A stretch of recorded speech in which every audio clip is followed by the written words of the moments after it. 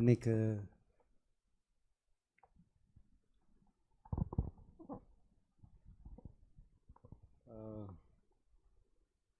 Okay, இந்த quarter எல்லாம் நம்ம வந்துட்டு இந்த புக் ஆஃப் ஜோஷ்வாலேருந்து நிறைய லெசன்ஸ் ஆஃப் ஃபேத், இந்த டாப்பிக்கே வந்து lessons of faith from Joshua.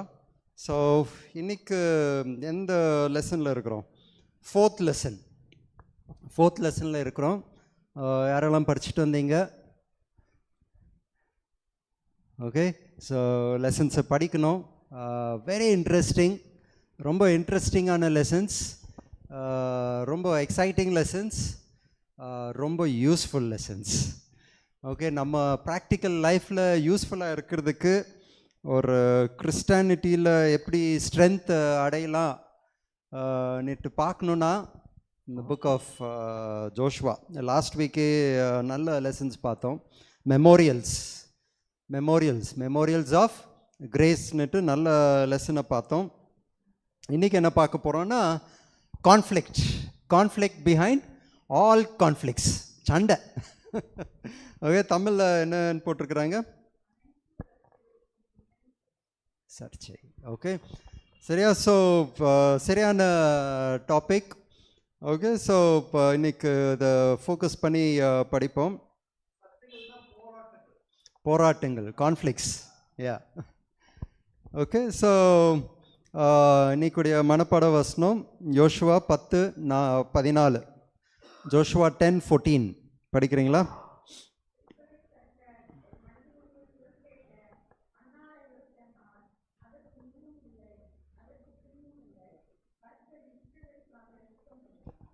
Okay, there has been no day like it before or since when the Lord heeded the voice of a man, for the Lord fought for Israel. Okay, so இதுதான் நம்மளுடைய key verse. யூஷுவலி key verse வந்து lesson உள்ள இருக்கிற டாப்பிக்லேருந்து எடுப்பாங்க. இன்றைக்கி இல்லை, இந்த ஜோஷுவா 10th சாப்டரை நம்ம டச் பண்ணல. ஆனால் முக்கியமான பாயிண்ட் இந்த மெமரி டெக்ஸ்ட்லேருந்து நம்ம பார்த்தோன்னா, for the Lord fought for Israel.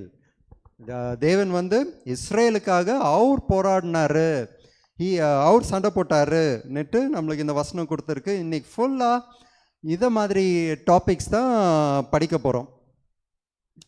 Okay, so Joshua book ஃபுல்லாக பார்த்தோன்னாலே உங்களுக்கு ஃபஸ்ட்டு என்னன்னு தோணும்?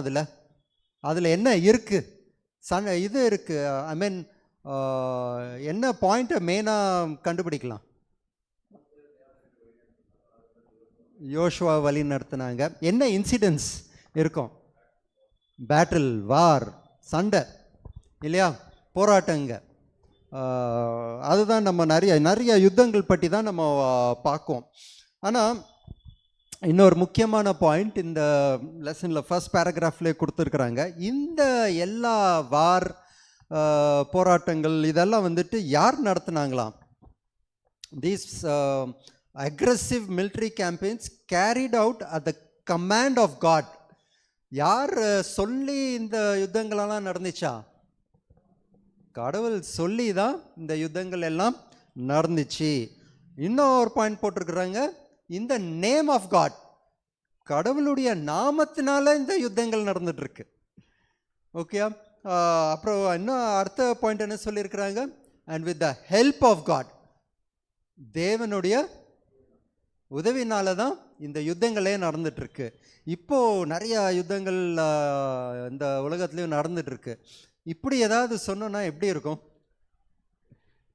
எந்த யுத்தத்தையும் நம்ம எக்ஸாம்பிளாக எடுக்க வேண்டாம். ஓகே, ஏன்னா நம்மளுக்கு ஃபேக்ட் தெரியாது. ஏதோ ஒரு யுத்தத்தை வந்துட்டு கடவுள் தான் நடத்துகிறாரு, கடவுளுடைய நாமத்தினாலன்னுட்டு நம்ம சொன்னோன்னா எப்படி இருக்கும்? வேறு கடவுள் பேரில் நிறைய பேர் சொல்லி நடத்துகிறாங்க. அது இல்லாமல் யெகோவா நம்மளுடைய தேவன், அவர் சொல்லி யுத்தத்தை நடத்துகிறாங்கன்னா நம்மளுக்கு இப்போது எப்படி இருக்கும்? அவ்வளோ சாவு நடக்குதே, அவ்வளோ கஷ்டங்கள், எவ்வளோ பேர் இப்படி கஷ்டப்படுறாங்களே, பிள்ளைங்க இருந்துட்டாங்களே, நீட்டு எப்படி இருக்கும்? இந்த காலத்தில் யோசித்து பாருங்க. ஓகே, ஒரு மாதிரி இது ஒரு கடவுள் பண்ணுற ஒரு வேலையா? ஏன்னா கடவுள்னாலே என்ன? God is love. யா, அன்பு. God is love. அதுதான் வசனமே சொல்லுது. God is love. God is a peaceful God. Okay, சமாதானம் தருவார் நெட்டு. ஆனால் இங்கே என்னன்னு பார்க்குறோம், யோசுவா புஸ்தகத்தில் ஓப்பன் பண்ணாலே யுத்தங்கள், இவங்கள சாவடிங்க, அது இதுன்னுட்டு வரும்போது பெரிய ஒரு கொஸ்டின் வந்துடும் இல்லையா? அது வேறு. இதை இன்னும் இம்ப்ரெஸ் பண்ணுறதுக்காக இந்த புக்கில் நீங்கள் பார்த்தீங்கன்னா, இந்த புக்கை யார் எழுதினாங்களோ அவங்க வந்துட்டு கிளியராக சொல்லியிருக்கிறாங்க. யோசுவா 10வது சாப்டரில் 10-11 பார்த்தோன்னா, and the Lord discomfited them before Israel and slew them with a great slaughter at Gibeon. அவர் புக்கை எழுதினவரே அவர் என்னன்னு சொல்கிறாரு, கடவுள் வந்துட்டு எல்லாரையும் அழிச்சிட்டாங்க, கிபியோனில் இருக்கிறவங்க எல்லாரையும் அழிச்சிட்டாங்கன்னுட்டு. கடவுளுடைய சொந்த வார்த்தையிலே நம்ம பார்க்கலாம். 6வது சாப்டரில் 2வது வசனத்தில், and the Lord said unto Joshua, see, I have given unto thine hand Jericho and the king thereof and the mighty men of valor. நான் இவங்களை உங்கள் கையில் நான் ஒப்படைச்சிட்டேன், எல்லாரையும் கொண்டு வருவோன்னுட்டு யோசுவா இதில் இருக்குது. ஜோஷுவா 8வது சாப்டரில் 1வது வசனத்தில், and the Lord said unto Joshua, பாருங்க கிளியராக, the Lord said unto Joshua, கர்த்தர் சொன்னார் யோசுவாக்கு என்ன, fear not, neither be thou dismayed, take all the people of war with thee and arise and go up to Ai. See, I have given unto thy hand the king of Ai. உன்னுடைய கையில் நான் ஒப்படைச்சிட்டேன்னுட்டு கிளியராக இருக்குது. அதை விட்டோன்னா Rahab கூட என்னன்னு சொல்லியிருக்கிறாங்க. நம்ம ராஹாப் பற்றி ஆல்ரெடி படிச்சிட்டோம். அவங்க என்ன சொன்னாங்க, நம்ம பார்த்தோம் உங்களுடைய இஸ்ரேல் கையில் கடவுள் வந்துட்டு என்ன பண்ணிட்டாங்க, ஒப்பு கொடுத்துட்டாங்க. அந்த ஆகாக் ராஜாவாக இருக்கட்டும், அமோரைட்ஸாக இருக்கட்டும், எல்லாரையும் நான் என்ன பண்ணிட்டேன், உங்களுடைய கையில் ஒப்பு கொடுத்துட்டேன்னுட்டு. அப்போ புக்கு ஃபுல்லாக நம்ம பார்த்துட்டே போனோன்னா கடவுள் கடவுள் கடவுள். இந்த ஃபுல் யுத்தத்தில் கம்ப்ளீட்லி ஆக்டிவாக இருக்கிறது கடவுள் தான்னுட்டு இங்கே லெசனில் கொடுத்தார். God claims to be the initiator of these violent conflicts. சாதாரணமாக இல்லை, பயங்கர வயலண்ட். ஓகே, வயலன்ஸ்னாலே நிறைய பேருக்கு பிடிக்காது இல்லையா, என்னடா இப்படி பண்ணுறாங்கன்னுட்டு. ஆனால் இந்த கான்ஃப்ளிக்ட் ஒரு யுத்தத்தில் எல்லாம் சமாதானமாக பூவை எடுத்துகிட்டு போகிற மாதிரி இல்லை, எல்லாம் கத்தி எதில் ரொம்ப ஜோராக அடிக்கலாம் அப்படி தான் போகிறது தான் யுத்தம். ஓகே, ஸோ ஆனால் இந்த எல்லா யுத்தத்திலும் யார் பின்னாடி இருக்கிறா, முன்னாடி எல்லா சைட்லையும் யார் இருக்கிறா, கடவுள் தான் இருக்கிறாங்க. ஸோ இதனால தான் இந்த லெசனில் இந்த டிஃபிகல்ட் கொஸ்டின்ஸை தான் ஆன்சர் பண்ண ட்ரை பண்ணுறாங்க. எப்படி கடவுள் இதை மாதிரி ஒரு பயங்கரமான காரியத்து பின்னாடியும் கடவுள் தான் இருக்கிறாங்கன்னுட்டு. So this reality raises unavoidable questions. How can we understand that God's chosen people carried out such practices? இதில் இப்போ விஸ்வாசம் சொன்னாலே யோசுவா நம்மளுக்கு ஒரு பெரிய ஒரு எக்ஸாம்பிளாக நம்ம எடுத்துக்கலாம். ஆனால் இப்படி விசுவாசமாக இருக்கிறவர் இதை மாதிரி காரியத்தெல்லாம் அவர் செஞ்சுருக்குவாருன்னா ஒரு பெரிய கொஸ்டின். ஸோ இஸ்ரேல் ஜனங்க கடவுளால் அழிக்கப்பட்டவங்க, அவங்க எப்படி செஞ்சுருக்கிறாங்கன்னா அது ஒரு பெரிய ஒரு கொஸ்டினாக இருக்கலாம். இந்த கொஸ்டின் நிறைய பேர் ப்ராக்டிக்கலாக கேட்குற கொஸ்டின். நம்ம சர்ச்லேயும் நிறைய டைம் டிஸ்கஷன்ஸ் இதில் வந்திருக்கு. How is it possible to reconcile the image of a war-like God with his character of love? Okay, அன்பான கடவுளுக்கு இதை மாதிரி ஒரு யுத்தம் அதை மாதிரி அவரை பார்க்குறதுக்கு. ஓகே, இப்போது இந்த நியூ டெஸ்ட்மெண்ட் பீரியடில் நம்மளுக்கு இருக்கிறதுக்கு கடவுளை நீங்கள் அப்படியே கண்ணு மூடி பார்க்கணுன்னாலே நீங்கள் என்னென்னு பார்ப்பீங்க, ஓகே ஒரு ஆட்டுக்குட்டியை தூக்கிட்டு இருப்பார். ஓகே, இப்படி தான் நம்ம பார்ப்போம். கையில் ஒரு கத்தி ஈத்தி வச்சுட்டு வந்துட்டு இருக்கிற மாதிரி யோசிப்போமா? அந்த இமேஜே வர்றதில்ல இல்லையா? ஆனால் பைபிளில் பார்க்கும்போது நம்மளுக்கு என்னென்னு பார்க்குறோம், அந்த ஒரு இமேஜ் தான் யோசுவா புக் ஃபுல்லாக நம்ம வந்துட்டு பார்க்க போகிறோம். ஓகே, ஸோ நிறைய வசனங்க படிச்சிருக்கிறேன் இல்லையா, லைக் சங்கீதம் 86:15, Psalms 86:15. But thou, O Lord, art a God of full compassion. Okay, எவ்வளோ நீங்கள் எப்படி பயங்கர கம்பேஷனேட் காட், யாருக்காவது ஒன்றுனா நீங்கள் விட்டுற மாட்டீங்க. Gracious, long suffering and plenteous is mercy and truth. பயங்கர கிருபையாக இருக்கிற ஒரு தேவன். இதை மாதிரி தேவன் எப்படி இதை மாதிரி ஒரு ஒரு ஒரு ஃபேஸை காமிக்கிறாங்கன்னுட்டு தான் இந்த வாரமும் வரப்போகிற வாரமும் இந்த முக்கியமான டாபிக் தான் நம்ம படிக்க போகிறோம். ஸோ லெசன்ஸை படிக்காமல் விட்டுறாதீங்க. ஏன்னா நிறைய டைம் இந்த கேள்விகள் வரும், நிறைய பேர் கேட்குவாங்க. ஓகே, உங்களுக்கே படிக்கும்போது சில கேள்விகள் வரும். நீங்கள் ஒரு பயங்கர ஒரு சோகமான டைமில் இந்த மாதிரி படிக்கும்போது கடவுள் இப்படியான்னுட்டு நம்ம ஒரு கேள்வி நம்மளுக்குள்ளே வந்துடக்கூடாது. வரக்கூடாதுன்னா கடவுள் கொடுத்துருக்குற ஆப்பர்ச்சுனிட்டி அவரை வெளிப்படுத்தி அவர் வந்துட்டு இந்த புஸ்தகத்தில் அவர் எழுதியிருக்கிறாங்க. ஓகே, ஸோ அப்போ நம்ம இதை படிக்கணும், மிஸ் பண்ணிடாதீங்க.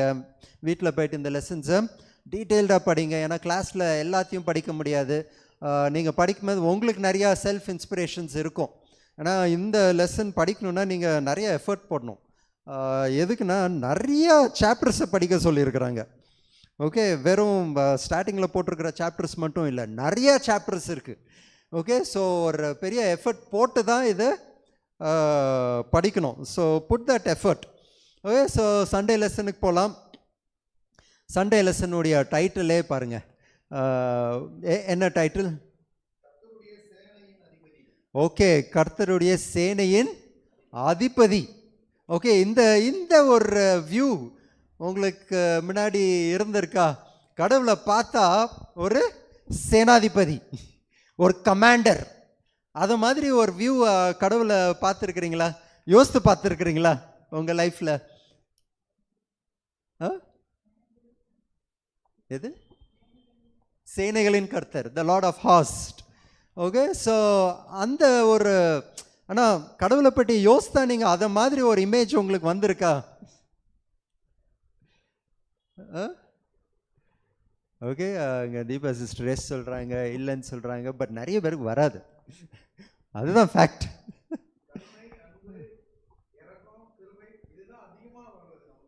ஆமாம் ஆமாம், இல்லையா? கடவுளை பற்றி யோசித்தாலே அவர் இரக்கமானவர், கிருபையானவர், அன்பானவர், இதுதான் வரும். ஆனால் அவருடைய வேற குவாலிட்டிஸ், ப்ரெஷியஸ் குவாலிட்டிஸ் நம்மளுக்கு என்ன வராது? மனசுலே வராது. ஓகே, ஆனால் இன்னைக்கு உங்களுடைய கடவுளை பற்றி நம்ம என்னென்னு பார்க்க போகிறோம்? இன்னும் எக்ஸ்ட்ராவாக நம்ம பார்க்க போகிறோம். இன்னைக்குடைய டைட்டிலே என்ன? சேனாதிபதி, the commander of the army of the Lord.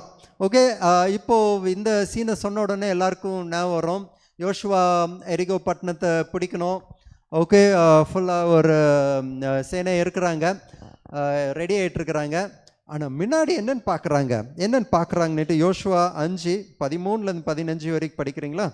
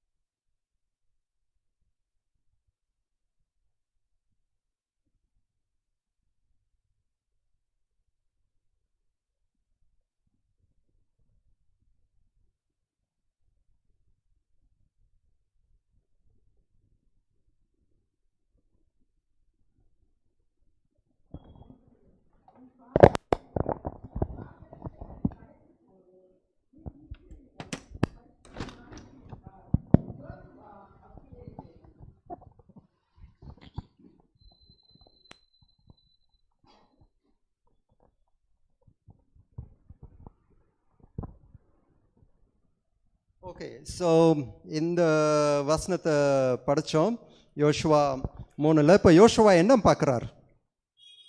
Okay, there stood a man over against him with sword drawn in his hand. Yosuva முன்னாடி என்ன பார்க்குறார்? ஒரு மனுஷனை பார்க்குறாரு, கையில் என்ன இருக்குது? ஒரு பட்டயம் இருக்குது, கை அதை நீட்டி அவர் நிற்கிறார். இப்போ நின்ன உடனே யோசுவா வந்துட்டு என்னன்னு கேள்வி கேட்குறாரு? ஓகே, நீங்கள் நம்ம எதிராளிக்கா இல்லை நம்மளோட இருக்கிறீங்களான்னுட்டு கேட்குறோம். இது எல்லாருக்கும் தெரியும் இல்லையா இந்த கதை? ஓகே, எல்லாருக்கும் தெரியும்.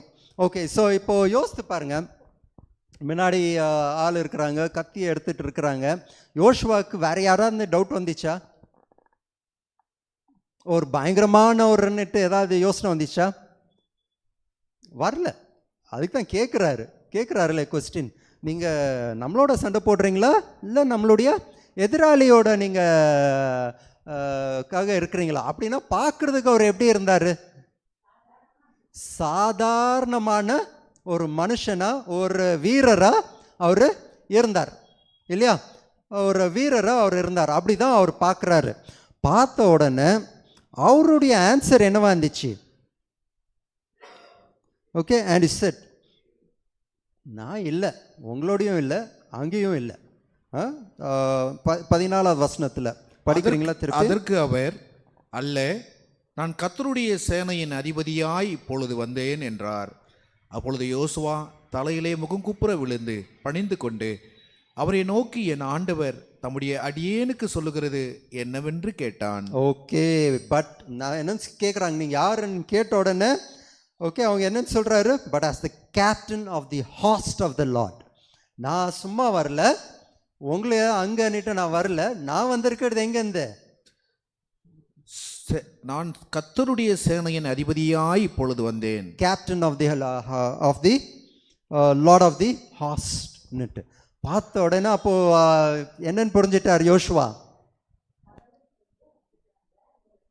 ஓகே ஓகே, ஸோ இன்னும் நம்ம நிறைய வசனத்தை நம்ம படிக்கலாம். அது ஆயிட்ட பிறகு அவர் திருப்பி என்னன்னு சொல்லுவார்? அடுத்த வசனத்தில் அவர் என்னன்னு சொல்லுவார்? அந்த கேப்டன் ஆஃப் த லார்ட்ஸ் ஹாஸ்ட் 15வது வசனம். அப்பொழுது கர்த்தருடைய சேனையின் அதிபதி யோசுவாவை நோக்கி, உன் காலில் இருக்கிற பாதரட்சையை கழற்றி போடு, நீ நிற்கிற இடம் பசுத்தமானது என்றான். யோசுவா அப்படியே செய்தான். ஓகே, சர்ச்சுக்குள்ளே யாரெல்லாம் ஷூவை போட்டு வந்திருக்கிறீங்க? இங்கே யாரும் இல்லை. எதுக்கு? ஓகே, ஒரு பரிசுத்தமான ஒரு இடம் ஒன்றுட்டு அங்கே உடனே அங்கே யோசுவா என்னன்னு சொல்கிறாரு? இது நான் ஒரு யோசுவா கிட்ட என்னன்னு சொல்கிறாங்க? உன்னுடைய பாதரட்சத்தை நீ கழட்டி போடு, ஏன்னா நீ இருக்கிற இடம் என்ன? பரிசுத்தமான இடம். அப்போ அங்கே இருக்கிற ஒரு சாதாரணமானவரா?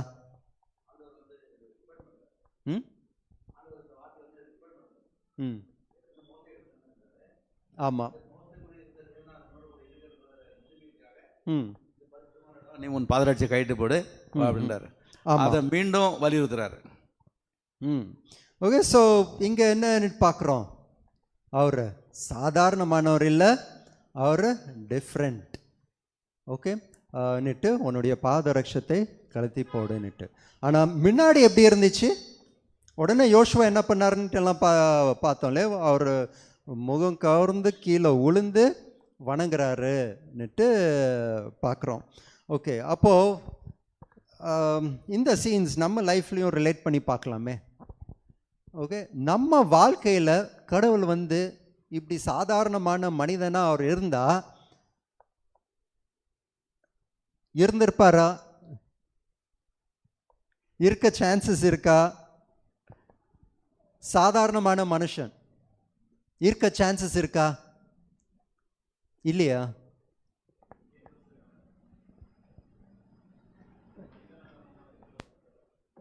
ஆமாம், இந்த உலகத்தில் பிரதர் நார்மன் சொல்கிற மாதிரி ஒரு மனிதனாக இந்த உலகத்துக்கு வந்தார். நான் அதை கேட்கல. 2025 சாதாரணமான மனுஷனாக கடவுள் நிற்க முடியுமா? முடியும். நமக்கு நிறைய போராட்டங்கள் இருக்கு. அந்த காலத்தில் எகிப்திலிருந்து கிளம்பி போனவங்க கானான் அடைவதற்கு எவ்வளோ போராட்டங்கள் இருந்ததோ, அதே போல் நாமும் இந்த உலகத்திலிருந்து பரலோகம் போகிற வரைக்கும் அவ்வளோ போராட்டங்கள் இருக்கு. அத்தனை போராட்டங்கள் மத்தியில் தேவன் நம்ம கூட நிற்பாருன்றதுக்கு இது நமக்கு என்ன இருக்கு? ஒரு நல்ல பாடமா இருக்கு. தைரியம் நம்மளுக்கு வர மாட்டேங்குது. நம்ம முன்னாடி கடவுள் வர சான்சஸ் இருக்குன்னுட்டு நம்மளுக்கு சொல்ல இது இல்லை. அதனால ஒரு வசனத்தை நம்ம படிச்சுட்டு இதுக்கு முன்னாடி போவோம். 1 Corinthians 10:11. நான் நிறைய வாட்டி அந்த வசனத்தை படிச்சிருக்கிறேன். அது இந்த ஓல்ட் டெஸ்ட்மென்ட் படிக்கும் போதெல்லாம் இது ஒரு ஞாபகம் இருக்கணும்னு நினைக்கிறேன். 1 Corinthians 10:11.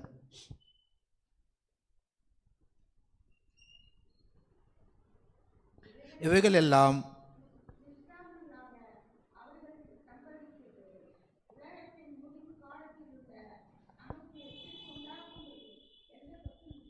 ஓகே, அங்கே வந்துட்டு நம்ம பார்த்தோன்னா ஃபர்ஸ்ட் கொரிந்தியன்ஸ் 10th சாப்டரில் மோசஸ்க்கு நடந்த இன்சிடென்ட்ஸ் பற்றி சொல்லியிருக்கோம். நம்ம அதே கொஞ்சம் எக்ஸ்பேண்ட் பண்ணி நம்ம என்னென்ட்டு எடுத்துக்கலாம். ஓல்ட் டெஸ்டிமெண்ட்டில் நடந்தது எல்லாம் கடைசி காலத்தில் இருக்கிறவங்களுக்காக இது எழுதப்பட்டு வச்சிருக்கு. எல்லா விஷயத்தையும் எழுதலை. உலகத்தில் 4000 வருஷமாக என்னென்ன நடந்துச்சோ அது எல்லாத்தையும் பைபிளில் எழுதி வைக்கல. ஆனால் முக்கியமான இன்சிடென்ட்ஸ், கடவுளால் செலக்ட் பண்ணியிருக்கிற இன்சிடென்ட்ஸ், அது வந்துட்டு எழுதப்பட்டு வச்சிருக்கு. எதுக்காக? இந்த உலகத்தின் கடைசியில் வாழ்கிற ஜனங்களுக்கு அது உபயோகமாக இருக்கணும். அது ஒரு எக்ஸாம்பிளாக இருக்கணும். அது எக்ஸாம்பிள் அப்படின்னா, இங்கே யோசுவா முன்னாடி ஒரு யுத்தத்துள்ள போகிறாரு. எரிகோ பட்டணத்துக்குள்ளே போனோம். ஒரு பெரிய யுத்தம். எதுக்கு பெரிய யுத்தம்னா, இஸ்ரேல்லேருந்து வந்தாங்க இல்லையா, இவங்கெல்லாம் பயங்கர சோல்ஜர்ஸா, வீரர்களா. எகிப்துலேருந்து வெளியே வந்தாங்க இல்லையா இஸ்ரேல் ஜனங்க, இவங்கெல்லாம் வீரர்களா? ஒன்றுமே தெரியாது இல்லையா. அவங்க அப்பாலாம் வந்துட்டு பயங்கர ட்ரைனிங் கொடுத்துருப்பாங்களா? ஏன்னா 40 years ஆயிடுச்சு இந்த இது வர முன்னாடி. இல்லை. ஓகே, ஆடு மேய்ச்சிட்டு இருந்தாங்க, அந்த வேறு கல் உடைச்சிட்டு இருந்தாங்க, கெட்டிட்டு இருந்தாங்க, பெரிய பெரிய பில்டிங்ஸை கெட்டிட்டு இருந்திருக்கலாம், ஒரு ஆர்கிடெக்டாக இருந்திருக்கலாம். ஆனால் வீரர்கள் மட்டும் இல்லை. ஓகே, இதை மாதிரி ஜனங்க இப்போ என்னென்னு பண்ணிட்டு இருக்கிறாங்க, ஒரு பெரிய கண்ட்ரியை பிடிக்க போகிறாங்க. ஓகே, அப்போது இவங்கெல்லாம் போய் நிற்கிறாங்க. ஓகே, இன்ஃபேக்ட் லெசனில் போட்டிருப்பாங்க, இவங்களுக்கு வெறும் ஒரு அம்பு விடுறது, கல்லை எறியுது, இதுதான் அவங்களுக்கு தெரியும். ஓகே, ஸோ இவங்களுக்கு போய் வாருக்கு போகணுன்னா யோசுவாக்கு எப்படி இருந்திருக்கும்னு தெரியல.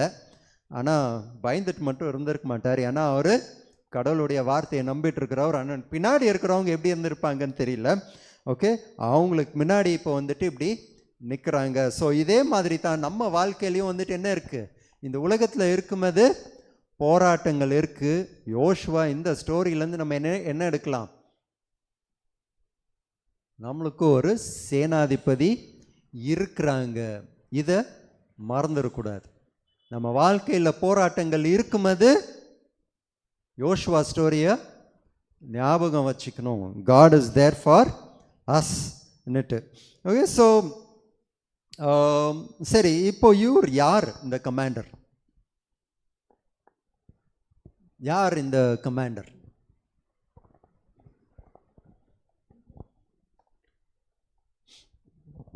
நீங்கள் ஏசு கிறிஸ்துன்னு சொல்கிறீங்க, எப்படின்னு சொல்கிறீங்கன்னு மட்டும் சொல்லிடுங்க.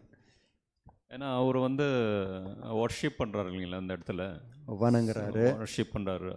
அதனால அந்த ஒரு இதில் வந்து அவர் is one of the godhead. So அதுதான்.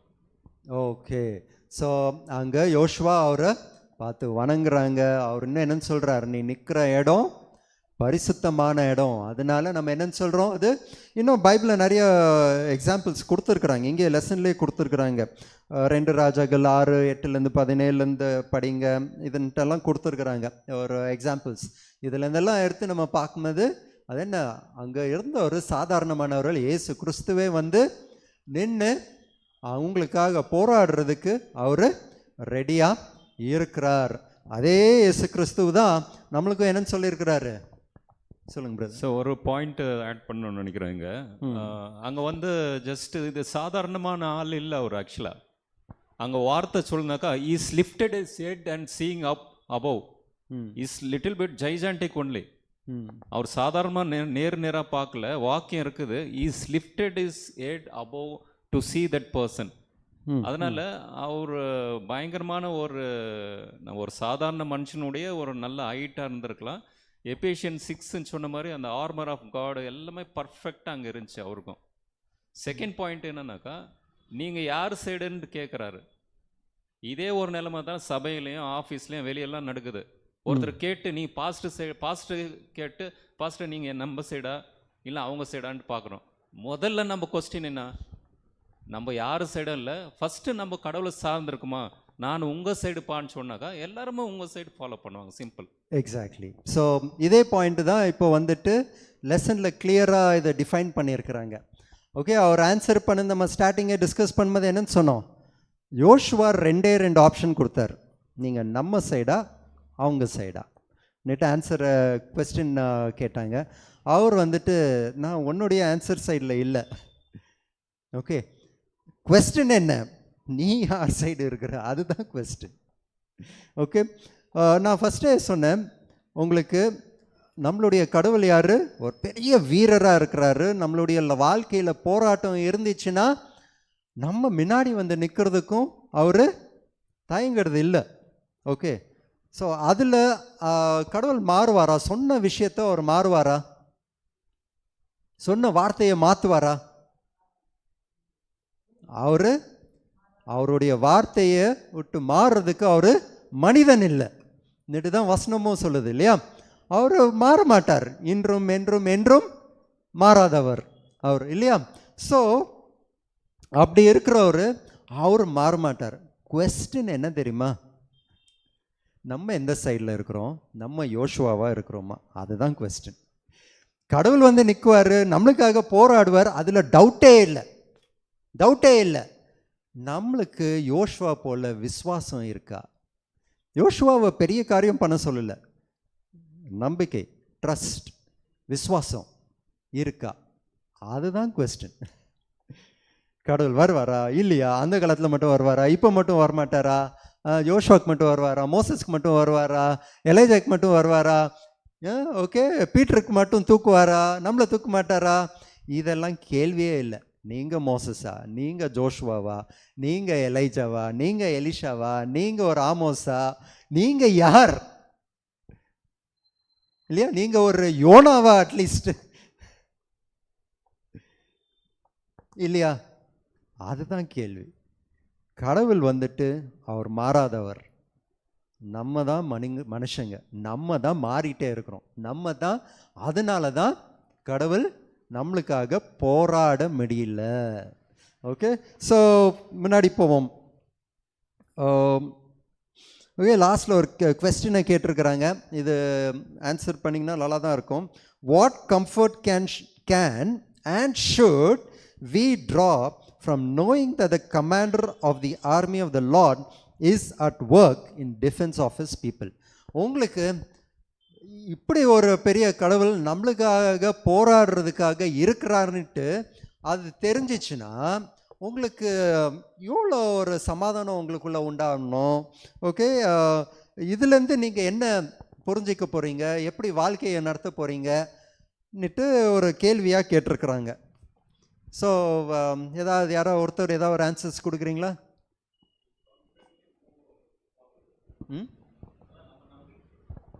நம்ம நம்பிக்கையாக முன்னால் போகலாம். ஏன்னா நம்ம பைபிளில் வந்து அநேக காரியங்கள் சொல்லும்போது அந்த கண்ணுக்கு தெரியாத இன்னியூபரல் ஏஞ்சல்ஸ் நம்ம பேக்கிங் இருக்கும்போது, post of commander of the army இருக்கும்போது, இதெல்லாம் evidence. Still we have supporting angels. Definitely we have to take confidence whatever the tough situation. ரொம்ப சோகமான சிக்னஸில், ஃபைனான்ஷியல் க்ரைசஸ் இருக்கும்போது, இந்த ஒரு விஷயம் எனக்காக கடவுள் போடுறாரு, கடவுள் அதிபதி என் கூட இருக்கிறாருன்ட்டு ஒரு நம்பிக்கையாக நம்ம கண்டிப்பாக போகலாம். Yes yes okay, even last வீக்கில் ஒரு லெசன் இருந்துச்சு, the living God. He is equal to God. What is that, brother? He is equal to God. It is written here. Yes, so we are identifying that he is Jesus Christ, the commander. When you look in the Bible, there is a lot of places where God is represented as the Lord of Hosts. Okay, and that Lord of Hosts is what who has come in here.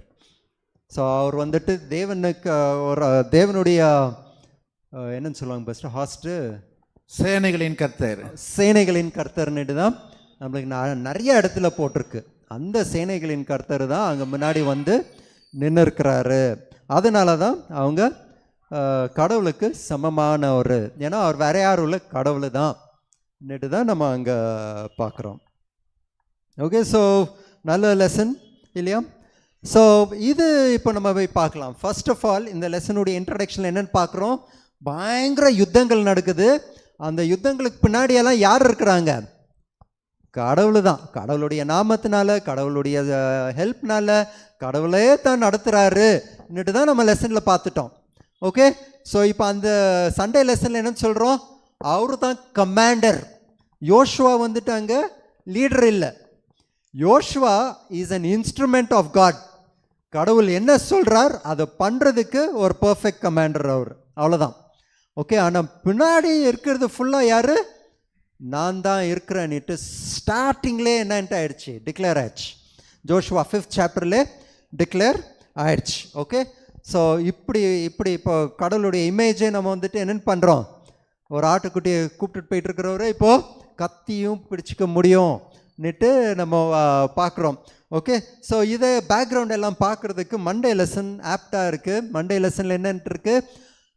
War in heaven, பரலோகத்தில் யுத்தம், பரலோகத்தில் யுத்தம். இது நம்ம எல்லாருக்கும் நிறையா நல்லா தெரிஞ்ச டாபிக் அட்வென்டிஸ்டுக்கு. ஸோ குவிக்காக நம்ம கிராஸ் பண்ணுவோம். ஓகே, இப்போ இந்த உலகத்தை கடவுள் படைத்த உடனே என்னென்னு பண்ணார்னா நிறைய he has created many responsible creatures. Okay, நிறைய பேரை சிருஷ்டித்தார். தூதர்களை சிருஷ்டித்திருக்கிறாரு, மனுஷங்களை சிருஷ்டிருக்கிறாரு. இவங்கெல்லாம் என்னென்னு பண்ணிக்கலாம், அவங்களுடைய சொந்த இச்சையினால், சொந்த வில்லுக்கு என்ன ஃபஸ்ட்டு சித்தத்தினால, அவங்க சொந்த சித்தத்தினால அவங்க என்னென்னு பண்ணலாம், கடவுளை வணங்கலாம், கடவுளை ஆராதிக்கலாம். ஆனால் இதெல்லாம் பண்ணுறதுக்கு அவங்களுக்கு முக்கியமானது என்ன தேவைப்பட்டிருந்துச்சு? அன்பு தான். அன்பு தான் கடவுளை அவங்கள ஆராதிக்கிறதுக்கு, கடவுளின் சித்தத்தின்படி அவங்க நடக்கிறதுக்கு ஒரு பவராக இருக்க வேண்டியதாக இருந்துச்சு. ஓகே, ஸோ இப்படி கடவுள் சிருஷ்டித்தார். ஆனால் என்ன ஆச்சு? வெளிப்படுத்துதல் 12 சாப்டர்லேயே நம்ம என்னென்னு பார்க்குறோம்? And there was war in heaven, பரலோகத்தில் யுத்தம் உண்டாயிட்டு. அப்படின்னா அப்போ யுத்தமும் எங்கேயே ஸ்டார்ட் ஆயிடுச்சு, பரலோகமும் அங்கேயே யுத்தம் இருந்துச்சு. அதுலேயும் கடவுள் நின்னாரா இல்லையா? கடவுள் நின்னார். 7வது வசனம் மட்டும் படிக்கிறீங்களா? 12:7, ரெவலேஷன்ஸ் 12:7.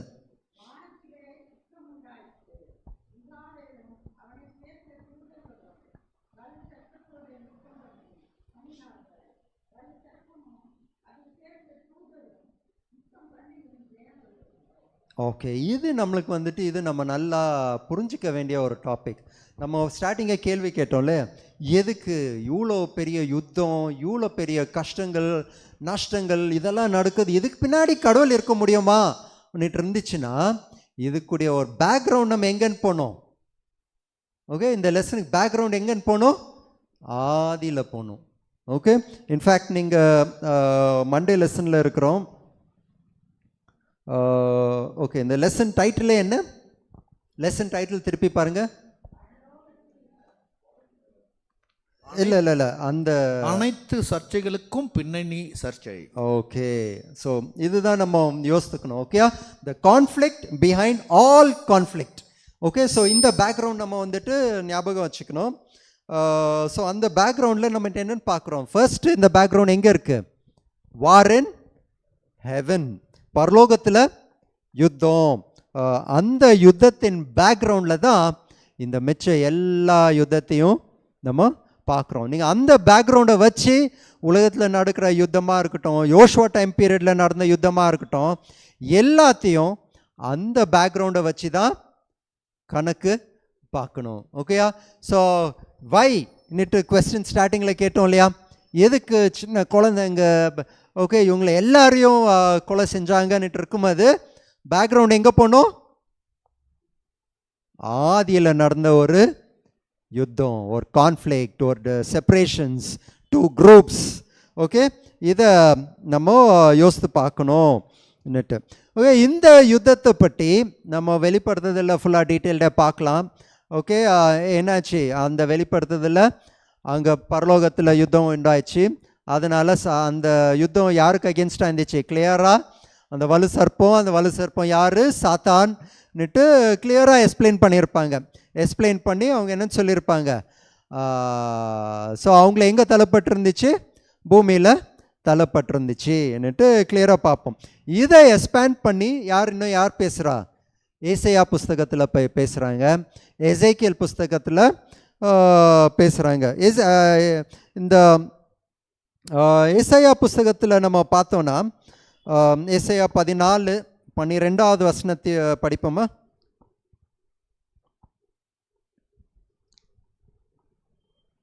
ஏசாயா 14:12.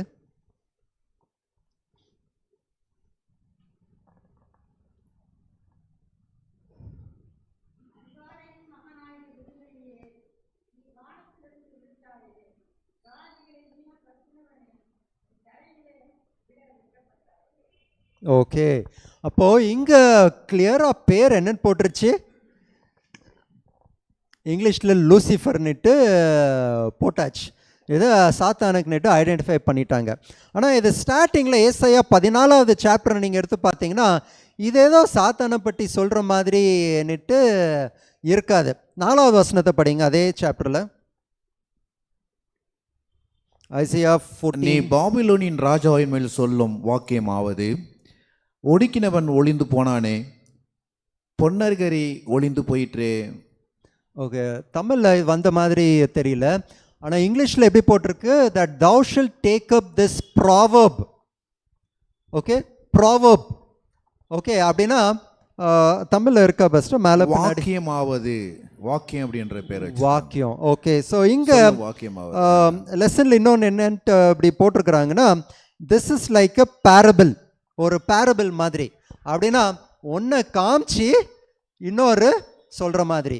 ஸோ அங்கே பேபிலோனை பற்றி சொல்கிற மாதிரி இருந்தாலும் அது முக்கியமாக யாரை பற்றி சொல்லிட்டு இருக்கு, சாத்தானை பற்றி அங்கே சொல்லிட்டு இருக்கு. பாபிலோன் அவர் பண்ணுறது எல்லாம் அந்த சாத்தானுடைய குணங்கள், அவருக்குள்ள இருக்கிற குணங்கள் தான். சாத்தான் முன்னாடி என்ன செஞ்சானோ அதே ரெஃப்ளெக்ட் பண்ணி தான் அங்கே பாபிலோன்லையும் இருக்குது. அதுக்கு தான் அந்த முன்னாடி நடந்த அந்த போராட்டத்தை பற்றி தெரிஞ்சுக்கிறதுக்கு இந்த ஏசியா 14வது சாப்டரில் நம்ம கொஞ்சம் கிளியராக பார்க்கலாம். அவர் பண்ண என்ன தப்பு பண்ணார். 13வது வசனத்தை பார்ப்போமா?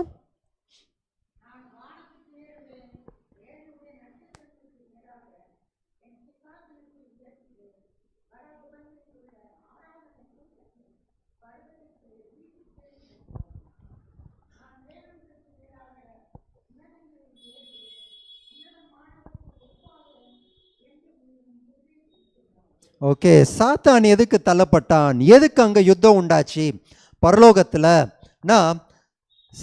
லூசிஃபரை படைத்ததே யாரு? தேவனை தான் படைத்தாங்க. ஓகே, தேவனை படைத்தவங்க யாரு?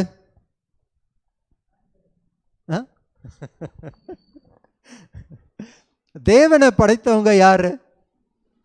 அனாதியாய் அவர் இருக்கிறார், இல்லாதவர். ஓகே, யெகோவா அவருடைய பேர். யெகோவாவுடைய பேருடைய அர்த்தம் என்ன?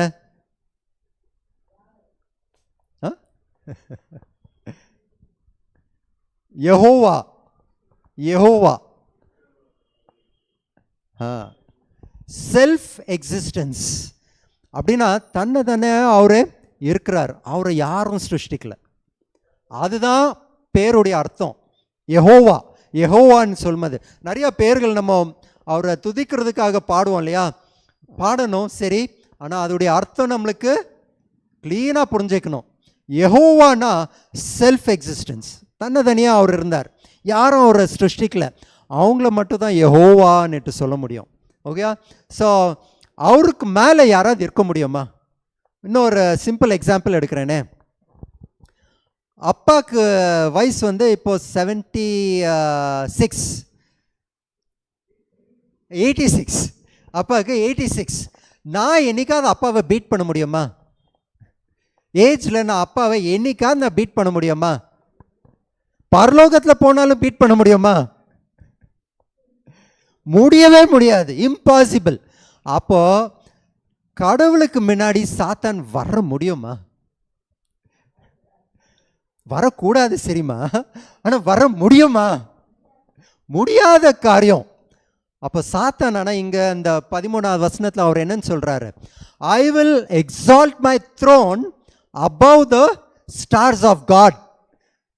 ஓகே, என்னுடைய சிங்காசனம் நான் என்னன்னு பண்ண போகிறேன்? என் சிங்காசனத்தை நான் போட போகிறேன். Okay, upon the mount of the congregation in the sides of the north. முடியாத ஒரு காரியத்தை நான் பண்ணுவேன் நிற்கிறார். முடியுமா? முடியாது இல்லையா? சின்ன குழந்தை ஏதாவது ஆடம் பிடிச்சி நான் தீயை பிடிச்சே தான் ஆவேன் நீட்டு சொன்னால் விட்டுருவாமோ போகிறோம். 2 அடித்து படம் அந்த பக்கம்னுட்டு தள்ளி விடுவோம். சாத்தானுக்கு பண்ணது கடவுள் இதுதான்.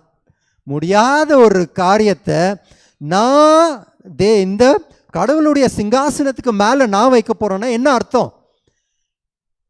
நம்மளை நடத்துறது சாத்தான் நான் நடத்திக்கிறேன், மனுஷனை நான் நடத்திக்கிறேன், என்னால் முடியும், நான் பண்ணுவேன், எல்லாத்தையும் என்னால் பண்ண முடியும், என்ன அவங்களுக்கு என்னெல்லாம் தேவை எல்லாத்தையும் சிருஷ்டிக்க முடியும், எல்லாத்தையும் நான் பண்ண முடியும்னு நிற்கிறேன். முடியுமா? சிருஷ்டிக்க முடிகிறது யாரால மட்டும் முடியும்? தேவனால் மட்டும்தான் முடியும்.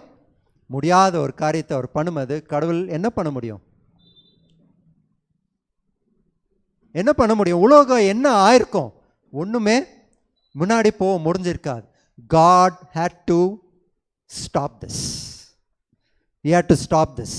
அது ஒரு சின்ன காரியம் இல்லை. ஏன்னா அன்பால சிருஷ்டித்தார், எல்லாரையும் அன்பால சிருஷ்டித்தார். எல்லாருக்கும் புரியணும். நான் அவனை அவாய்ட் பண்ணுறது எதனால? அவன் முடியாத விஷயத்தை அவனை ட்ரை பண்ணுறான், முடியாது. So I have to stop it. So அங்கே யுத்தம் நடந்துச்சு, பரலோகத்தில் யுத்தம் நடந்துச்சு. யுத்தத்தில் நிற்க முடியாது, சாத்தானால் நிற்க முடியாது, வலசர்ப்பத்தினால நிற்க முடியாது. ஸோ கீழே தள்ளப்பட்டான். அங்கே தான் ஸ்டார்ட் ஆச்சு. இதை இன்னும் நீங்கள் படிக்கணுன்னா நீங்கள் எசேக்கியேல் புஸ்தகத்துலேயும் நீங்கள் பார்க்கலாம். எசேக்கியேல் 28 அங்கேயும் தீத்து ராஜா த கிங் ஆஃப் டைரஸ் ஈக்குவேட் பண்ணி இங்கே சாத்தானுக்கு கொண்டு வருவாங்க. நிறைய பேர் சொல்லுவாங்க, இல்லை இல்லை இது பாபிலோனை பற்றி தான் சொல்லுது, பாபிலோன் ராஜாவை பற்றி தான் சொல்லுது, தீத்து ராஜாவை பற்றி தான் சொல்லுதுன்னுட்டு.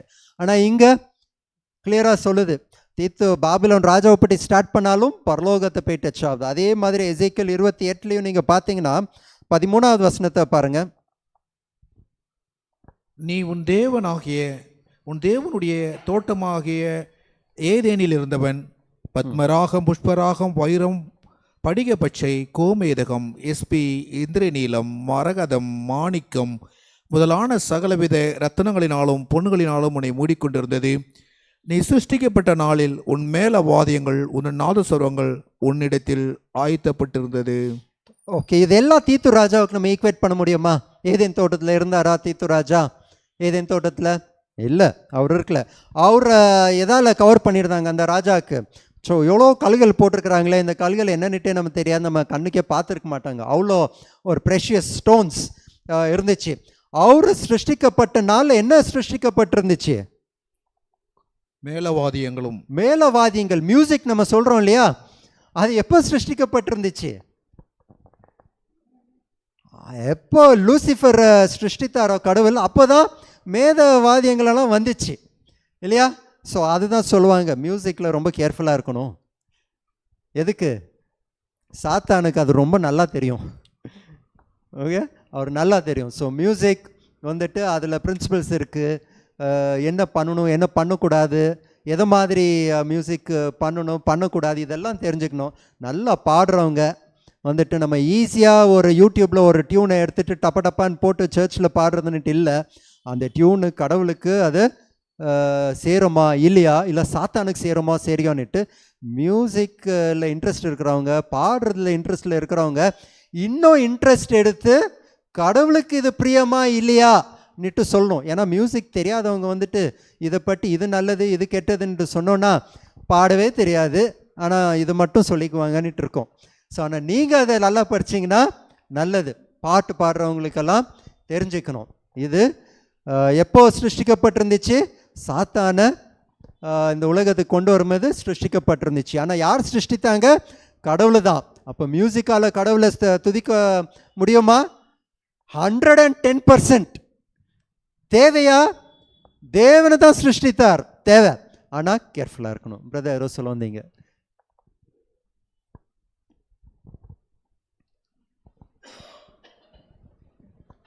இங்கே தீரு ராஜா மற்றும் பாபிலோன் ராஜா வந்து 2 பேர் சொல்லியிருக்கிறாங்க. ம் ஆனால் வந்து இது என்னத்துக்கு இவங்க 2 பேரும் வந்து எவ்வளோ ராஜாக்கள் இருக்கிறாங்க, ஏன் தீரு ராஜாவும் பாபிலோன் ராஜாவும் இந்த ஒரு சாத்தானுக்கு கம்பேர் பண்ணோம்? வேற யாருன்னா பண்ணியிருக்கலாமே. ஏன்னாக்கா இவங்க 2 பேருடைய கேரக்டரு சேம் சாத்தானுடைய கேரக்டரை எக்ஸாக்டாக அவங்க ரிவீல் பண்ணாங்க. ம் சாத்தானுடைய ஏஜென்ட்ஸை தான் அவன் வச்சு பண்ணுறான். சாத்தான் வந்து டைரெக்டாக பண்ண முடியாது. அதனால் அவங்க they have to partially fulfil some of the character of Satan. இங்கே வந்து இந்த வசனம் பார்த்தீங்கன்னாக்கா 28:13, நீ தேவனுடைய தோட்டமாக ஏதெனில் இருந்தவன் பத்மராகம் புஷ்பராகம் இதெல்லாம் அவங்ககிட்ட இருந்துச்சுன்னா. ஆனால் தீருராஜாக்கிட்ட இந்த கேரக்டர் கொஞ்சம் இருந்துச்சு. எப்படின்னாக்கா சாலமன் வந்து டெம்பிள் கட்டும் போது யார் சப்ளை பண்ணது? எல்லாமே இவர் தான் சப்ளை பண்ணார். ஆமாம், த கிங் ஆஃப் டயர் தான். அதனால் அந்த டைமில் வந்து சாலமன் வந்து உலகம் முழுவதும் ஃபேமஸ் ஆனவர். ஞானம் எல்லா இடத்துலையும் வந்து ராஜாக்கள் வந்து அவர்கிட்ட ஒரு கவுன்சில் எடுத்தாங்க. அந்த மாதிரி டைமில் வந்து இவர் என்ன ஒரு ப்ரைட்னஸ் மைண்டில் இருந்துச்சுனாக்கா, இந்த ஒரு உலகமே ஒரு போற்றக்கூடிய ஒரு ராஜா, இவங்க தான் பெரிய கடவுள்ன்றாங்க, இவங்களுக்கே நான் பரிசுத்த இடத்துல இருக்கிற அந்த உடன்படிக்கை பட்டிக்கு தேவையான பொருட்களை நான் கொடுக்கும்போது நான் என்ன மாதிரி ஒரு ஆள், அந்த ஒரு ப்ரைட்னஸ் இருந்துச்சு அவருக்கு. கண்டிப்பாக நல்ல கம்பேர் பண்ணியிருக்கிறாங்க. நல்ல ஒரு பாயிண்ட் கிளியராக சொல்லியிருக்கிறாங்க. செகண்ட் பாயிண்ட்ஸ் என்னன்னாக்கா, ம் பாபிலோன் வந்து இவர் நான் நார்த் சைடில் போயிட்டு அங்கே உக்காருவேன்னு சொன்னாங்க. அந்த கேரக்டர் பாபிலோன் இவர்கிட்ட இருந்துச்சு. ஐ வில்னு சொல்லிட்டு அந்த ஐசாயில் வருது இல்லையா, சேம் ஐ வில் நான் செய்கிற அந்த செலவுன்னு நீங்கள் வணங்கணும், இந்த மாளிகை கட் பண்ணது நான் கட்டின மாளிகைன்னு சொல்கிறாங்க. ஸோ இந்த கேரக்டர்லாம் இந்த மாதிரி யாருன்னா உலகம் இருக்க முடியுமான்ட்டு கை கட்டி பார்த்தாரு. அங்கே வந்து சாத்தானுக்கு வந்து நீ கீழே தள்ளப்பட்டாய் கீழே பண்ணார். அதே மாதிரி அவன் ஒரு மிருகமாக மாறினாரான். சேம். ஸோ அதனால partial fulfilment, fully it is refers to Lucifer. Satan. Okay, இன்னொரு நல்ல பாயிண்ட். அதை சொல்லும்போது எனக்கு இன்னொரு ஞாபகம் வந்துச்சு. நம்மளுடைய வாழ்க்கையில் போராட்டம் முன்னாடி யார் நிற்க முடியும்? யார் நிற்க முடியும் சொல்லுங்க? யார் நிற்க முடியும்? வாழ்க்கையின் போராட்டம் முன்னாடி யார் இருக்க முடியும்? இயேசு கிறிஸ்து. ஒரு சாதாரணமான ஒரு மனுஷனாக வந்தாலும் அவர் கடவுளாக அவர் நிற்க முடியும். ஆனால் நான் ஆப்போசிட்டில் இருக்கிறேன் இல்லையா? இப்போ பிரதர் சொன்ன மாதிரி நான் ஒரு தீத்து ராஜாவும் ஒரு பாபிலோனாவும் சேட்டனை சாத்தானை ரெப்ரசன்ட் பண்ணி நான் இருக்கலாம் இல்லையா? இந்த குணங்கள், இந்த சாத்தானக்கூடிய குணங்களாக இருந்து நம்மளுக்கு எல்லாருக்கும் ஓகே கடவுள் நம்ம முன்னாடி இருக்கணும்னு நம்ம ஆசைப்படலாம். ஆனால் உள்ள நம்ம யாராக இருக்கலாம்? சாத்தானுடைய ஒரு ரெப்ரசன்டேட்டிவாக இருக்கலாம். எப்போ அந்த மேற்றுமை, நான் முன்னாடி இருக்கணும், நான் மேலே இருக்கணும், அது மாதிரி குணங்கள் நம்ம இருக்கும்போது நம்ம அப்போ கடவுளுடைய பிள்ளைகள் இல்லாமல் நம்ம யாருடைய பிள்ளைகளாக மாறிடுவோம்? சாத்தானுடைய குணங்கள், சாத்தானுடைய ஒரு ரெப்ரசன்டேட்டிவ். யோசிச்சு பாருங்க, அந்த ராஜா, அந்த டைமில் இருந்த ராஜா, அவர் இருந்தார்னா கடவுள் வந்துட்டு அவரை வச்சு சாத்தானை ஈக்குவேட் பண்ணுறாரு. Okay, king of Tyre is equal to சேட்டன்னுட்டு ஒரு ஈக்குவேஷனை போடுறார். அதே மாதிரி நம்மளை யாராவது ஈக்குவேஷன் போட்டு வச்சுருந்தாங்கன்னா எப்படி இருக்கும்? ஓகே, இவங்கள பார்த்தா அப்படியே சாத்தானை பார்த்த மாதிரியே இருக்கே, அதே ஈக்குவலாக இருக்கிறாங்களே, அப்படியே போராடுறாங்களே, அப்படியே குவாலிட்டிஸ் இருக்கே. ஓகே, நல்லா பாடுறாங்க ஆனால் குவாலிட்டி சூப்பராக இப்படியே இருக்கே. ஓகே, அப்படி இருந்தால் எப்படி இருக்கும்? ரொம்ப கேர்ஃபுல்லாக இருக்கணும் இல்லையா? லெசனில் 2 இருக்குது பாருங்கள். கடவுள் நம்மளோட முன்னாடியும் இருக்கலாம், நம்ம ஆப்போசிட்டில் சாத்தான் மாதிரியும் இருக்கலாம். ஸோ ரொம்ப கேர்ஃபுல்லாக இருக்க வேண்டியது தான். ஓகே, எவ்வளோ blessings if God is in front of அஸ்ன்னு பார்க்குறோம். சரி, டியூஸ்டே லெசனுக்கு போவோம். The Lord is a warrior. Okay, so இதுதான் படிச்சுட்டு வந்துட்டே இருக்கிறோம். ஓகே, ஸோ ஓகே, இங்கே நிறையா யுத்தங்கள் நம்ம பார்க்குறோம் இல்லையா? இந்த நிறையா யுத்தங்கள் பார்க்கும்போது ஒரு வசனத்தை நம்ம படிக்கும்.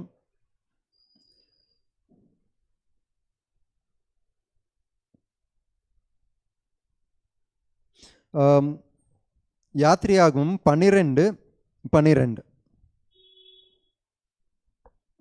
யாத்திரையாகும் 12:12.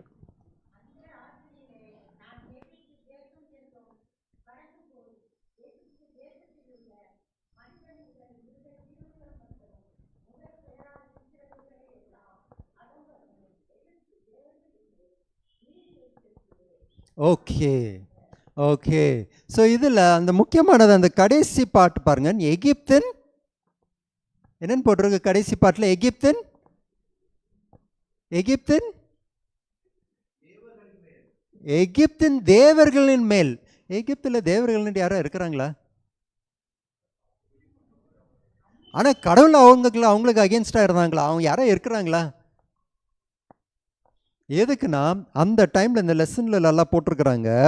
அந்த காலத்தில் அந்த மோசே இருந்த காலத்துலலாம் என்னென்னா, ஒரு ராஜாக்கும் இன்னொரு ராஜாக்கும் யுத்தங்கள் நடந்துச்சுன்னா, எப்படி இப்போது நம்ம இந்தியாவில் நம்ம பார்க்கலாம், ஒரு ஒரு ஊருக்கும் ஒரு ஒரு கடவுள் வச்சுருக்கிறாங்க இல்லையா?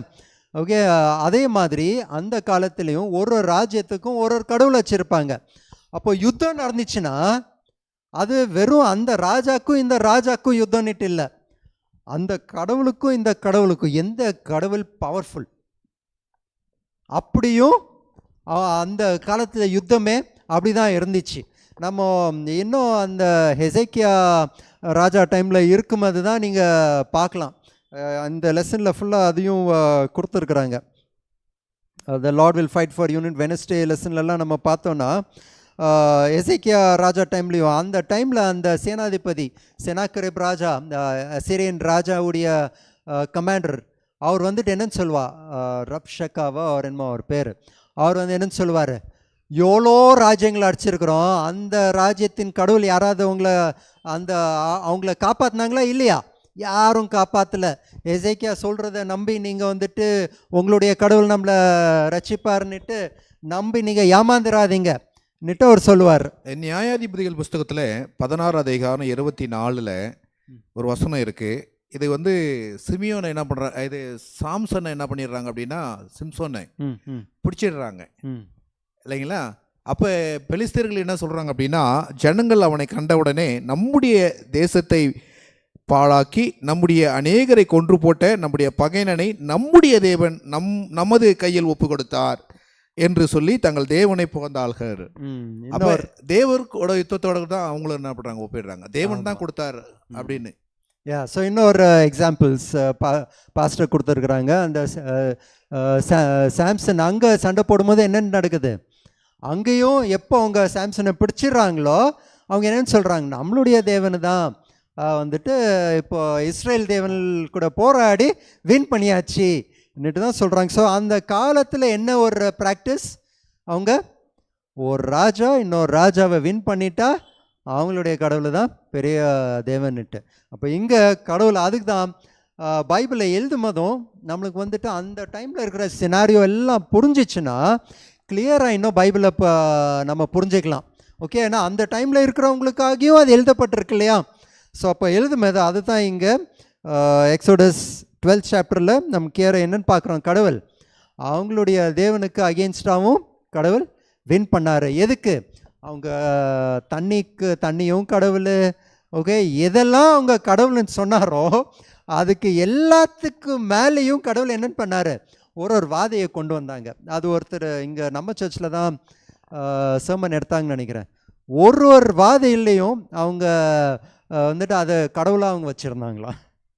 ஸோ அதுக்கு எல்லாத்து மேலேயும் கடவுள் வந்துட்டு கொண்டு வந்தாருன்னுட்டு பார்க்குறோம். ஓகே, ஸோ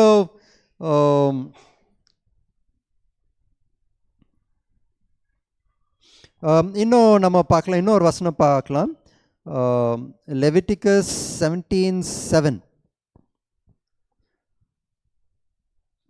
தாங்கள் சோர மார்க்கமாய் பின்பற்றுகிற பேய்களுக்கு தங்கள் பலிகளை இனி செலுத்தாதிருப்பார்களாக, இது அவர்கள் தலைமுறை தோறும் அவர்களுக்கு நித்திய கட்டளையாய் இருக்க கடவுது.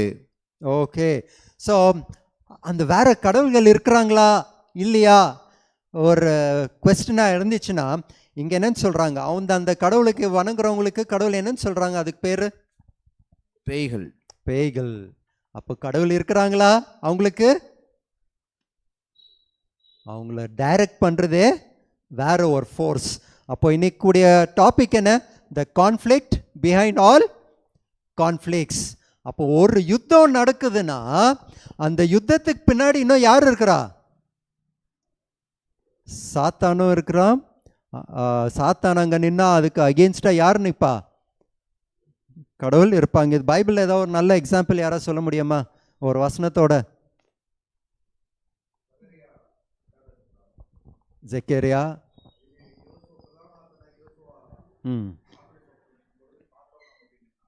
ஆமாம் ஆமாம், அங்கே அது ஒரு எக்ஸாம்பிள். ஜோபில் பார்க்கலாம். அப்புறம் இன்னொரு டைரக்ட் எக்ஸாம்பிள் பார்த்தீங்கன்னா தானியல் 10வது சாப்டரில் நீங்கள் பார்க்கலாம். அங்கே கிரேக் அங்கே ஸ்ட்ரைட்டாக ஒரு வசனங்களை நம்ம பார்க்கலாம். ஸோ அப்போது அந்த யுத்தம்லாம் தெரியுமா? நீங்கள் ஹிஸ்ட்ரியில் போய் பார்த்தீங்கன்னா தெரியும், அங்கெல்லாம் யுத்தம் நடந்துட்டு இருந்துச்சு. பெர்சியா ராஜானா நம்மளுக்கு இப்போ இருக்கிற ஒரு ராஜ்யங்கள் தான். அங்கேயும் வந்துட்டு யார் இருந்தா? சாத்தான் இருந்தான். அப்போ எல்லா யுத்தத்துக்கு பின்னாடி யார் இருக்கிறா? சாத்தானும் இருக்கிறான். சகரியா 3வது அதிகாரம் அது 2வது வசனம் படிக்கிறீங்களா? அதில் இருக்கு இல்லைங்களா? படிங்க 1வது first. வசனத்தில் வாசிக்கிறேன். அவர் பிரதான ஆசனாகிய யோசுவா எனக்கு காண்பித்தார். சகரியா 3வது அதிகாரம் 1வது வசனம். அவர் பிரதான ஆசனாகிய யோசுவா எனக்கு காண்பித்தார். அவன் கர்த்தருடைய தூதருக்கு முன்பாக நின்றான். சாத்தானும் அவனுக்கு விரோதம் செய்ய அவன் வலது பக்கத்திலே நின்றான். சாத்தான் எங்க நிற்கிறான்? வலது பக்கத்தில். ரைட் ஹேண்ட் என்னன்னு சொல்லுவாங்க? நிறைய பேர் இந்த இந்த இந்த ட்ரினிட்டி ட்ரையூனியனில் ரைட் ஹேண்டுனா அப்போ அவங்க வீக்கு, லெஃப்ட் ஹேண்ட்னா ஸ்ட்ராங் இருப்பாங்க இல்லையா?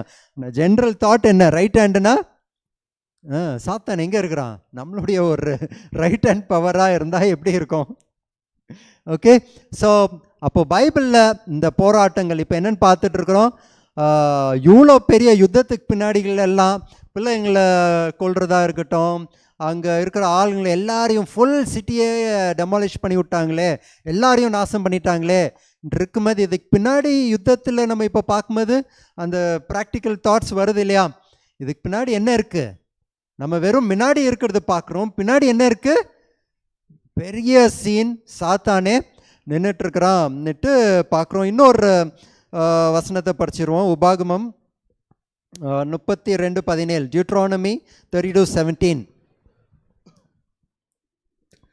அவர்கள் தேவனுக்கு பலியிடவில்லை, தங்கள் அறியாதவைகளுக்கும் தங்கள் பிதாக்கள் பயப்படாதவைகளுக்கும் நூதனமாய் தோன்றின புதிய தெய்வமாகிய பேய்களுக்கே பலியிட்டார்கள். ஓகே, ஸோ அப்போ இங்கே என்ன கிளியராக இருக்குது? அந்த டைமில் அவங்கெல்லாம் வர்ஷிப் பண்ணிட்டு இருந்தது ஒரு காட். அந்த ஒரு வார் நடக்கும்போது, வின் ஆகும்போது நம்ம காடு தான் அவங்கள நம்மளை வின் பண்ண வச்சாங்கன்னு சொல்லும்போது அந்த காட்ஸ் பற்றி என்னென்னு போட்டிருக்கீங்க? they sacrificed unto devils னுட்டு. அப்போ யுத்தத்துக்கு பின்னாடி பெரிய யுத்தங்கள் இருக்கு.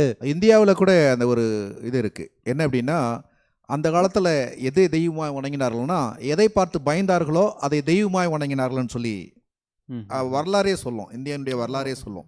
ஓகே, ஸோ பேக்ரவுண்டை நம்ம டிக் பண்ணிட்டு போனாலே இங்கே லீட் ஆயிரும். தேவனுடைய பிள்ளைகள் பயப்படல, ஆனால் பயந்தவர்கள் அதை வணங்கினாங்க. S, okay. ஸோ இதுக்கு நிறையா பார்க்கலாம். ஐ திங்க் நீங்களே இந்த டாப்பிக்கில் பேச போனோன்னா நீங்களே நிறையா பாயிண்ட்ஸை கொண்டு வருவீங்க. ஆனால் இப்போ அந்த டாப்பிக்கு கொஞ்சம் ஸ்ட்ரென்த் வருதுன்னு நினைக்கிறேன்.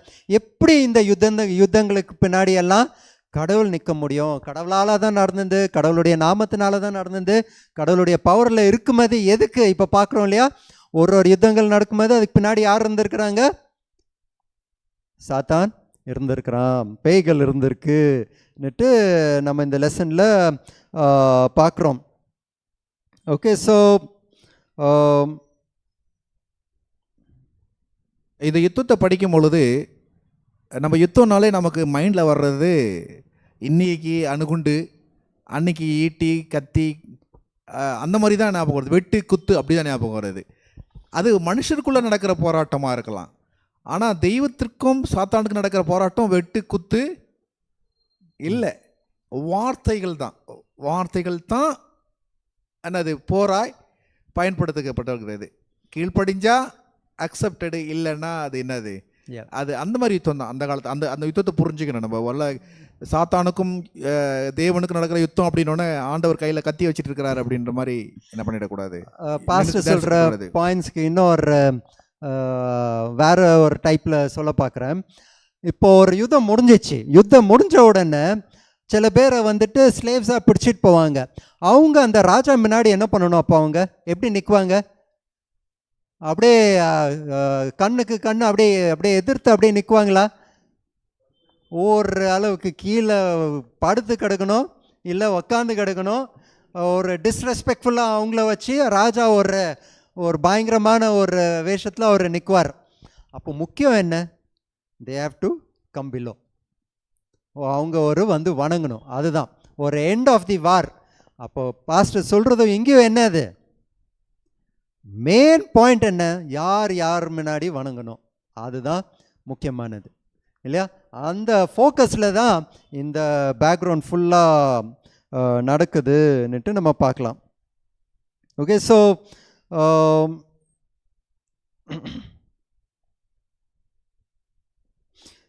இந்த ஒரு பேக்ரவுண்ட்ஸ் எல்லாம் நம்ம பார்த்துட்ட பிறகு இப்போ யோசுவா போயிட்டு என்னென்னு பண்ண போகிறாரு? எல்லாரையும் ஒரு தேசமாக அவர் பிடிக்க போகிறாரு, எல்லாத்தையும் அழிக்க போகிறாரு, எல்லா ஜனங்களையும் அழிக்க போகிறாங்கன்னுட்டு இருந்துச்சுன்னா இது என்ன? ஓகேயா நாட் ஓகேயா? பார்க்கும்போது இதுக்கு பின்னாடி இந்த லெசனில் என்னென்னு கொடுத்துருக்குறாங்க? In light of this the battles against the inhabitants of the land have to be perceived as an earlier stage of this conflict which will reach its apex on the cross and its consummation at the final judgment. Okay, அந்த ஒரு போராட்டங்கள் ஒரு யுத்தம் எதை குறிச்சிட்டு இருந்துச்சுன்னா, கடைசி ஒரு யுத்தம் இருக்கும் போது இல்லையா, சாத்தான் அடிக்கப்பட போகிறான் இல்லையா, அந்த யுத்தத்தை தான் இந்த எல்லா யுத்தமும் காமிக்குது. யோசுவா அங்கே பண்ண எல்லா யுத்தத்துடைய ஃபைனல் ஜட்ஜ்மெண்ட் எங்கே இருக்குது? அதை தான் அது குறிக்குதுன்னுட்டு பார்க்கலாம். அதை ஒரு வசனத்தை நம்ம பார்க்கணுன்னா revelation 20th chapter 1st verse படிப்போமா? ஒரு தூதன் பாதாளத்தின் தெருவுகளையும் பெரிய சங்கிலியையும் தன் கையிலே பிடித்து கொண்டு வானத்திலிருந்து இறங்கி வர கண்டேன். 2வது வசனமும் படிச்சிரும். பிசாசு என்றும் சாத்தான் என்றும் சொல்லப்பட்ட பழைய பாம்பாகிய வலு சர்ப்பத்தை அவன் பிடித்து அதை 1000 வருஷம் அளவும் கட்டி வைத்து அந்த 1000 வருஷம் நிறைவேறும் வரைக்கும் அது ஜனங்களை மோசம் போக்காதபடிக்கு அதை பாதாளத்திலே தள்ளி அடைத்து அதில் மேல் முத்திரை போட்டான். ஓகே, ஸோ இந்த ஒரு கடைசி சீன்ஸ் சாத்தான கடவுளை பிடிச்சி அவனை அழிக்கிறத ஒரு சீன்ஸ், அந்த சீன்ஸு தான் இந்த ஒரு யுத்தமும் காமிக்குது. ஓகே, அந்த ஜோஷுவா பண்ண அந்த யுத்தத்தில் என்ன பண்ணுமா இருந்துச்சு? கானானியர்களை போயிட்டு என்ன பண்ணுமா இருந்துச்சு? ஒருத்தரையும் விடாமல் எல்லாரையும் அழிக்கணுமா இருந்துச்சு. ஓகே, அதுலேயும் ஃபியூ கண்டிஷன்ஸ் இருக்குது, அது அப்புறம் பார்க்கலாம். ஓகே, ஸோ ஆனால் இன்னொரு பாயிண்ட் நம்ம பார்க்கணுன்னா, கடவுள் வந்து கானான் உடைய அந்த ஜனங்களுக்கு டைம் கொடுத்தாரா இல்லையா? இன்னைக்கு எல்லாரும் கேட்குற கேள்வி என்ன, எதுக்கு இன்னொரு ஆள் இடத்த பிடிச்சி கடவுள் இவங்களுக்கு கொடுக்குறாரு? ஏன் அவங்கள அழிக்கல, கொடூரமாக அழிக்கிறாரு? இதுதான் எல்லாருடைய கேள்வியும். அதுதான் இன்னைக்கு நிறைய பேர் என்ன பண்ணுதுன்னா, வேதத்தை புரிந்து கொள்ளாமல் தேவனுடைய குணத்தை புரிந்து கொள்ளாமல் இருக்கிறபடி செய்கிறது. இப்போ அதுக்கு பதில் தெரிஞ்சுட்டா அதை புரிஞ்சுக்கிட்டாங்கன்னா இந்த பாடத்தை தெளிவாக படித்தோம்னா ஓரளவுக்கு என்ன பண்ண முடியும்? ஆமாம், இந்த கரண்ட் சினாரியோக்கு நான் அதுக்கு தான் ஸ்டார்டிங்கே எந்த எக்ஸாம்பிளும் எடுக்க வேண்டான்னு சொன்னேன். ஓகே, ஸோ ஆனால் இந்த கரண்ட் சினாரியத்தில் அவ்வளோ யுத்தங்கள் இருக்குது, அவ்வளோ மோசமான விஷயங்கள் நடந்துட்டுருக்கு. ஓகே,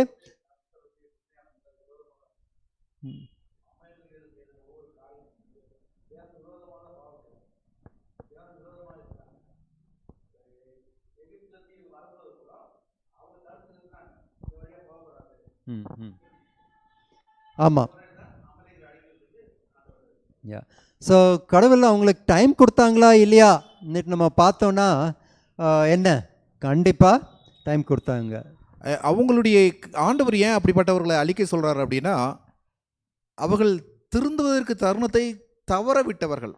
ஒரு தருணம் 2 தருணம் கிடையாது, அநேக தருணங்களை தவற விட்டவர்கள். 2வது அவங்களுடைய பேய்களை அவங்க வழங்குறாங்க. விபச்சாரம் அந்த பேய்கையினுடைய தொழுகையாக இருந்தது. அவருடைய தொழுகையாக விபச்சாரமே தொழுகையாக இருந்தது. இப்போ எந்த விதத்திலும் இந்த சமுதாய கேடு சீரழிந்த உடனே அவர்கள் மாற்றத்தக்கவர்களாக இல்லை, இவர்கள் அடுத்தவர்களை கெடுக்கிறவர்களாக இருக்கிறாங்க. அதான் இஸ்ரவேலில் போய் என்ன பண்ணாங்க மாட்டினதை நம்ம பார்க்கிறோம். அப்போ இவருடைய தொழுகை அடுத்தவர்களையும் என்ன பண்ணது கெடுக்கிறதுனால இவர்கள் அழிக்கப்பட வேண்டும் என்று சொல்லி ஆண்டவர் என்ன பண்ணாரு சொன்னார். பைபிளில் ஒரு நல்ல எக்ஸாம்பிள்ஸ் இருக்கு இல்லையா?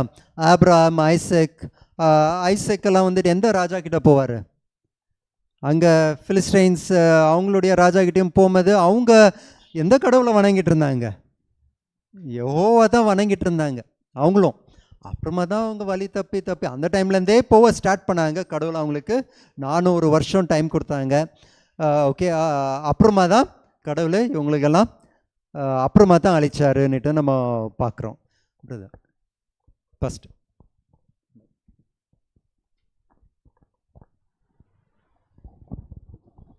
ஸோ அந்த லெசன்லேயே கொடுத்து ஆக்சுவலாக பாஸ்டர் கேட்டாருங்களா அந்த கொஸ்டின். ஸோ எல்லாருக்கும் ஒரு அதுதான் அன்பான கடவுள் வந்து ஏன் இந்த மாதிரி ஒரு அழிவுக்கு எல்லோரும் பண்ணணும்? அப்போது பைபிள் வந்து எல்லோரும் படிக்கும்போது இது ஒரு கொஸ்டின் எல்லாருக்கும் இருக்குது.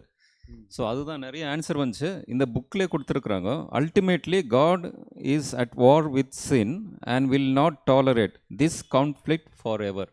யா, God will not tolerate sin. அது எதுக்காகன்னுட்டும் நம்ம பார்த்துட்டோம். ஃபர்ஸ்ட் பாயிண்ட் வந்து ஆல்ரெடி டிஸ்கஸ் பண்ணோம். கடவுள் வந்து டைரெக்டாக யாரையும் அழிக்கிறது இல்லை. Is giving some extended grace period. Yes. Second point வந்து அந்த கிரேஸ் பீரியடில் வந்து தே ரிஜெக்ட் ட்ரூ காட். அவரே கர்ஸ் பண்ணி அந்த நிலைமைக்கு வராங்க. So they direct war with the true living God. அந்த கடவுள் மேலேயே அவங்க ஃபைட் பண்ணி பிலீவ் பண்ணாத அவரே கர்ஸ் பண்ணதுனால தான் just gods they want to fight with physically. Pastor கூட சொன்னார் it is spiritually but also he end up with the physical act of this war. The important point is ஒரு வசனம் படிக்கலாம். 2 Kings chapter 18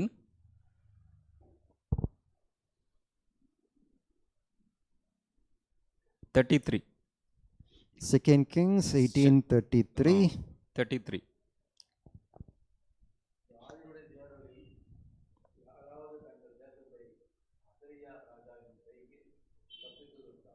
ஸோ இங்கே open statement கொடுக்குறோம். அந்த சென்னாச்சரிப்பு வந்து எசேக்கியா ராஜா கேட்குறான், இந்த உலகத்திலே எந்த ராஜாவும் எந்த கடவுளாகவும் எங்கள் கடவுள்கிட்ட நீங்கள் கெலிக்க முடியுமாங்க. So it is direct attack on creator. இந்த நிலைமைக்கு வரும்போது அவன் கிரேஸ் பீடம் எழுந்துட்டான். செகண்ட் வந்து is try to curse and direct conflict with living God. இந்த மாதிரி நிலைமை வரும்போது கடவுள் என்ன பண்ணுவார்? அழிக தான் போறாரு. சிம்பிள்.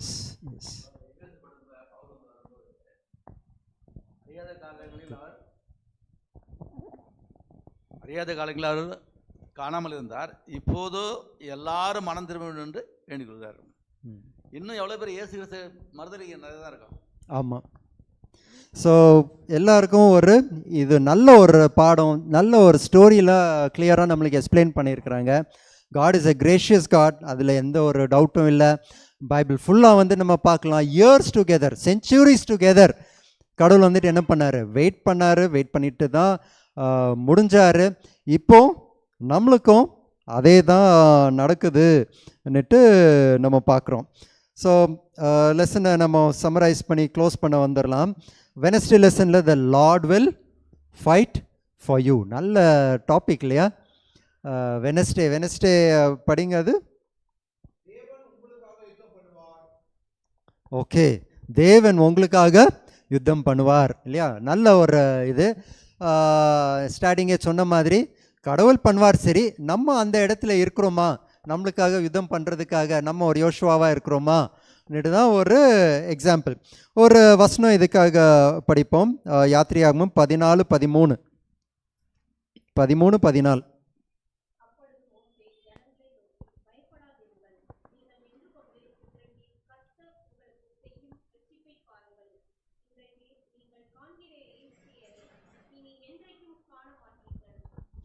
ஓகே, இது ஒரு நல்ல ஒரு டாபிக். ஓகே, இந்த யோசுவா யுத்தத்துக்கு போனாங்க இல்லையா? யோசுவா கூட யாரெல்லாம் போனாங்க? ஒரு இஸ்ரேலில் இருக்கிற எல்லா அந்த above 18 years and below 50 years நினைக்கிறேன். 50 40 இயர்ஸாக என்னமோ so within that age range எல்லாரும் யுத்தத்துக்கு போனாங்க. கடவுளுக்கு இப்படி தான் போகணுன்ட்டு ஆசையாக இருந்துச்சா? இவங்க எல்லாரும் யுத்தம் பண்ணணும்னுட்டு கடவுளுக்கு ஆசையாக இருந்துச்சா? இந்த லெசனில் அது படிக்கும்போது இன்னும் ஒரு அடிஷ்னல் ரெவலேஷனாக இருந்துச்சு. ஓகே, ஸோ இந்த வசனத்தை நம்ம படித்தோம் இல்லையா, எக்ஸோடஸ் 14:13-14, 14வது வசனத்தில் என்னன்னு போட்டிருக்கு? The Lord shall fight for you and ye shall hold your peace. எகிப்துலேருந்து வெளியே வரும்போது எவ்வளோ பேர் போராடினாங்க எகிப்துலேருந்து, எகிப்து ராஜாக்கு அகேன்ஸ்டா? நன் ஒருத்தர் கூட போராடலை. கடவுளை தான் போராடி, கடவுளை தான் முன்னாடி நின்று இவங்க எல்லாரும் ஃபாலோ பண்ணிட்டு இருந்துச்சு. இதுதான் காட்ஸ் பிளானாக இருந்துச்சு. கடவுளுடைய இது இவங்க ஒருத்தரும் யுத்தத்துக்குள்ளே போகணுன்னுட்டு ஆசையே இருக்கல. இந்த லெசனில் இன்னும் ஹெசேக்கியா ராஜா டைம் பற்றி கொடுத்துருக்குறாங்க. ஹெசேக்கியா ராஜா எப்படி இருந்தார்? கம்ப்ளீட்டாக கடவுளுக்கு மேலே நம்பிக்கையாக இருந்தார். அவருடைய பவர் அவர் நம்பிக்கையே இருக்கல. கடவுள் என்ன சொல்கிறாரு, கடவுள்னு தான். அவர் ஒரு பெரிய லெட்டரெல்லாம் எழுதி கொடுக்குவார். அந்த லெட்டர் என்னென்னு பண்ணுவார்? ஏசாயா 37 இதிலெல்லாம் நீங்கள் எடுத்து பார்த்தீங்கன்னா அப்படியே அந்த லெட்டர் ராஜா, அந்த அசீரிய ராஜா கொடுத்த லெட்டரை கடவுளுக்கு முன்னாடி விரிச்சு வச்சிருவார். கடவுளே பாருங்க இப்படி இவர் சொல்கிறாருன்னுட்டு கடவுளுக்கு முன்னாடி அழுவார். ஃபைனலாக என்ன ரிசல்ட் இருந்துச்சு? அசேரியா ராஜா அந்த கூட்டத்தில் பெரிய ஒரு கூட்டம் இருக்கும். ஓகே, ஒரே ஒரு தூதர்களை அனுப்பி எவ்வளோ பேரை கொள்ளுவார்? 1,85,000 பேரை. 1,85,000 பீப்புள யார் கொண்டாங்க? இஸ்ரேல் அந்த ஜனங்களெல்லாம் போய் போராடினாங்களா?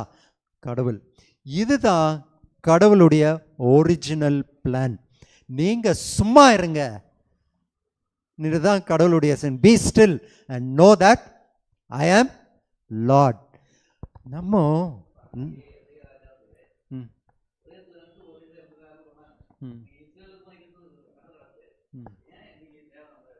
அதுதான் ஸ்டார்டிங்கே பார்த்துட்டோமே. அவங்க நம்ம இவங்க சைடில் கடவுள் இருக்கிறாங்களோ, அவங்க சைடில் கடவுள் இருக்கிறாங்கன்னா நே.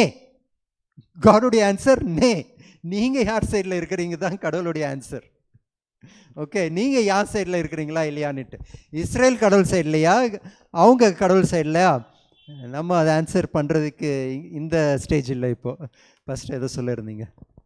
இந்த யுத்தம் அப்படின்னு நினைக்கும் பொழுது நம்ம அவர் பேர் மறந்து போச்சு. அந்த எக்காலம் ஊதி பானையை உடைச்சி, அவர் பேர் கிதியோன் இல்லைங்களா? அவர் பெரிய படையை திரட்டுறாரு. ஆண்டு சொல்றாரு வேணாம்ப்பா. கடைசியில் 300 கொண்டு வர்றாரு. 300 கையிலையும் கத்தியும் கிடையாது, எதுவும் கிடையாது, பானையும் தீவட்டியும் தான், சவுண்டு மாத்திரம்தான் இல்லைங்களா? அதுக்கப்புறம் நீங்கள் யோசை பார்த்தா அவரு ஒரு சமயத்தில் வரும்பொழுது என்ன ஆகுதுன்னா, வெறும் பாட்டு பாடுறாங்க, எதிரி படை காலியாகுது. அப்போ ஆண்டவர் மனுஷனை கத்தியை ஈட்டி வச்சு தான் ஜெயிக்கணும் அப்படின்னு சொல்லி ஆண்டவர் என்ன பண்ணுறதில்ல, நினைக்க விரும்புறது கிடையாது. ஆண்டுடைய என் பக்கம் நில்லு, நான் மீறியை நான் பார்த்துக்கிறேன், அது எப்படி வேணாலும் நான் யுத்தத்தை கொடுப்பேன். அதுதான் ஆண்டுடைய விருப்பம். எஸ், கடவுளுக்கு இஸ்ரேல் ஜனங்களுக்கு இதுதான் இருந்துச்சு. அவங்க போய் யுத்தம் பண்ணணும், யுத்தம் பண்ணி கானானை பிடிக்கணும்னுட்டு இருக்கவே இருக்கல. இன்னொரு வசனம், நம்மளுக்கு டைம் ஆயிடுச்சு. எக்ஸோடஸ் 14:25 நம்ம பார்த்தோன்னா, யாத்திரையாகமம் 14:25 நம்ம பார்த்தோன்னா, கடவுள் என்ன பண்ணுவாரா? He took off the chariot wheels. அவங்க ரதத்தில் இருக்கிற அந்த வீல்ஸை அவர் எடுத்துட்டாராம். யாரு? இஸ்ரேல் ஜனங்க இல்லை. அவர்களுடைய ரதத்தில் இருந்து உருளைகளை கடலவும் அவர்கள் தங்கள் ரதங்களை வருத்தத்தோடு நடத்தவும் பண்ணினார். நான் கூட இந்த சமயத்தில் படிக்கும்போது என்ன பண்ணிப்பேன் அப்படின்னா, ஆண்டு சொல்லுவார், அங்கே போ யுத்தம் செய்யப்போ, செஞ்சிட்ட பிறகு அந்த ரதத்தை எடுத்து எரிச்சு போட்டுருவார். எனக்கு நான் என்ன யோசிப்பேன், ரதத்தை கொண்டு வந்தால் இவங்களுக்கு பவர் தானே, ஒரு 10 கார் இருக்குது, நம்ம ஜெயிக்கிறோம், அந்த 10 காரை கொண்டு வந்துடுவோம் நம்ம பக்கம் யூஸ் பண்ணிக்கிறதுக்கு. அப்போ ரதம் தானே, அந்த காலத்தில் டெக்னாலஜி கிடையாது, ரதத்தை குதிரை வைக்கணும். இவங்க என்ன பண்ணலாம், குதிரை கட்டி இவங்க யூஸ் பண்ணலாமா யுத்தத்துக்கு. ஆனால் ஆண்டு சொல்லுவார், அந்த ரதத்தை எரிச்சு போட்டுருன்னு, முழுசுமா கடவுளை சார்ந்துரு, அவ்வளோதான். யா, ஸோ அப்போது கடவுளுடைய பிளான் என்ன இருந்துச்சுன்னா, அவரு தான் போராட போகிறார். இன்ஃபேக்ட் நம்ம வாழ்க்கையிலும் இப்போ என்னன்னுட்டு கடவுள் ப்ராமிஸ் பண்ணியிருக்கிறார். மேத்யூ 6:33 என்னென்ன, seek ye first the kingdom of God and all these things shall be added unto you. நம்ம போராட தேவையில்லை. God has promised, I will give it to you. Seek ye first the kingdom of God, all these things என்னென்ன நம்ம வாழ்க்கைக்கு தேவையோ இது எல்லாத்தையும் கொடுத்துருவார்னுட்டு Matthew 28:20 என்னன்னு சொல்கிறார், I will be with you till the end of the world. உலகத்தின் முடிவு வரைக்கும் அவர் என்னன்னு சொல்கிறார், நான் உங்களோட இருப்பேன்னுட்டு. நம்மளுக்கு நம்பிக்கை இருக்காதனால தான் நம்ம வாழ்க்கையில் இருக்கிற போராட்டம். அதுதான் கன்க்ளூஷன் எனக்கு இந்த லெசனில் நான் படிக்கும்போது எனக்கு வந்துச்சு. நம்ம வந்துட்டு நம்மளுக்கு நம்ம மேலே நம்பிக்கை ஜாஸ்தி, கடவுளுக்கு மேலே நம்பிக்கை கம்மி. அதனால போராட்டங்கள் கஷ்டம். அதனால இந்த இப்போ படித்தோம் இல்லையா, exodus 14:14 the Lord shall fight for you. நம்ம வாழ்க்கையில் இது ஃபுல்ஃபில் ஆக மாட்டேங்குது. இல்லாட்டி நம்ம வாழ்க்கையில் இது ஃபுல்ஃபில் ஆயிருக்கணும். விசுவாசம் ஃபுல்லாக இருந்துச்சுன்னா இந்த இது நம்ம வாழ்க்கையில் அப்படியே ஃபுல்ஃபில் ஆயிருக்கணும். the Lord shall fight for you. இனிமே அட்லீஸ்ட் ஆகிறதுக்கு we have to repent. மன்னிப்பு கேட்டு கடவுளுடைய பிரமாணத்தின்படி நம்ம நடந்து கடவுளுடைய டைரக்ஷன்ஸ் படி நம்ம போமது நம்ம வாழ்க்கையில் கடவுள் போராடுவார்னுட்டு. ஸோ இந்த லெசனில் கொடுத்துருக்கு, எப்போ இஸ்ரேலைட்ஸ் வந்துட்டு பாவம் செஞ்சு கடவுளுடைய பேரை கேட்காம இருக்கும்போது தான் அந்த யுத்தத்தில் அவங்கள பார்ட்டிசிபேட் பண்ண கடவுள் விட்டார். அது வரைக்கும் அவங்க இந்த ரத்தம் இதெல்லாம் பார்க்க தேவை இருக்கல, அது கடவுள் பார்த்துருப்பார். ஆனால் எப்போ அவங்க பாவம் செஞ்சு கடவுளுக்கு அகெயின்ஸ்டாக நின்னாங்களோ அப்போ தான் கடவுள் வந்துட்டு என்னன்னு சொன்னார், வாங்க நீங்களும் பார்ட்டிசிபேட் பண்ணுங்கன்னுட்டு. அப்போ தான் கடவுள் வந்துட்டு அலோவ் பண்ணாங்கன்னுட்டு பார்க்கலாம். இந்த லெசனில் கொடுத்த history demonstrate that whenever Israel had sufficient trust in God, they did not need to fight. எப்போ கடவுளுக்கு மேலே நம்பிக்கை ஜாஸ்தியாக இருந்துச்சோ அவங்க போராட தேவை இருக்கல, கடவுளே டைரெக்டாக வந்து போராடினாங்க. எப்போ விசுவாசம் கம்மியாக இருந்துச்சோ அப்போ தான் கடவுள் வந்து போராடினாங்க.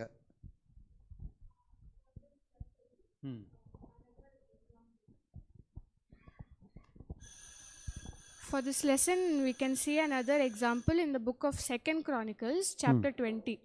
It all speaks about how Jehoshaphat fasted and prayed because Ammonites and Moabs were coming against them. He feared and we can't judge him that time saying that he did not have faith. He would have had faith, but seeing such great people coming, he forgot that how great God is. And he asks few questions saying, is he not the Lord who brought the people of Israel out of the land of Egypt? Yes. And who rescued their fathers? At last, God promises saying,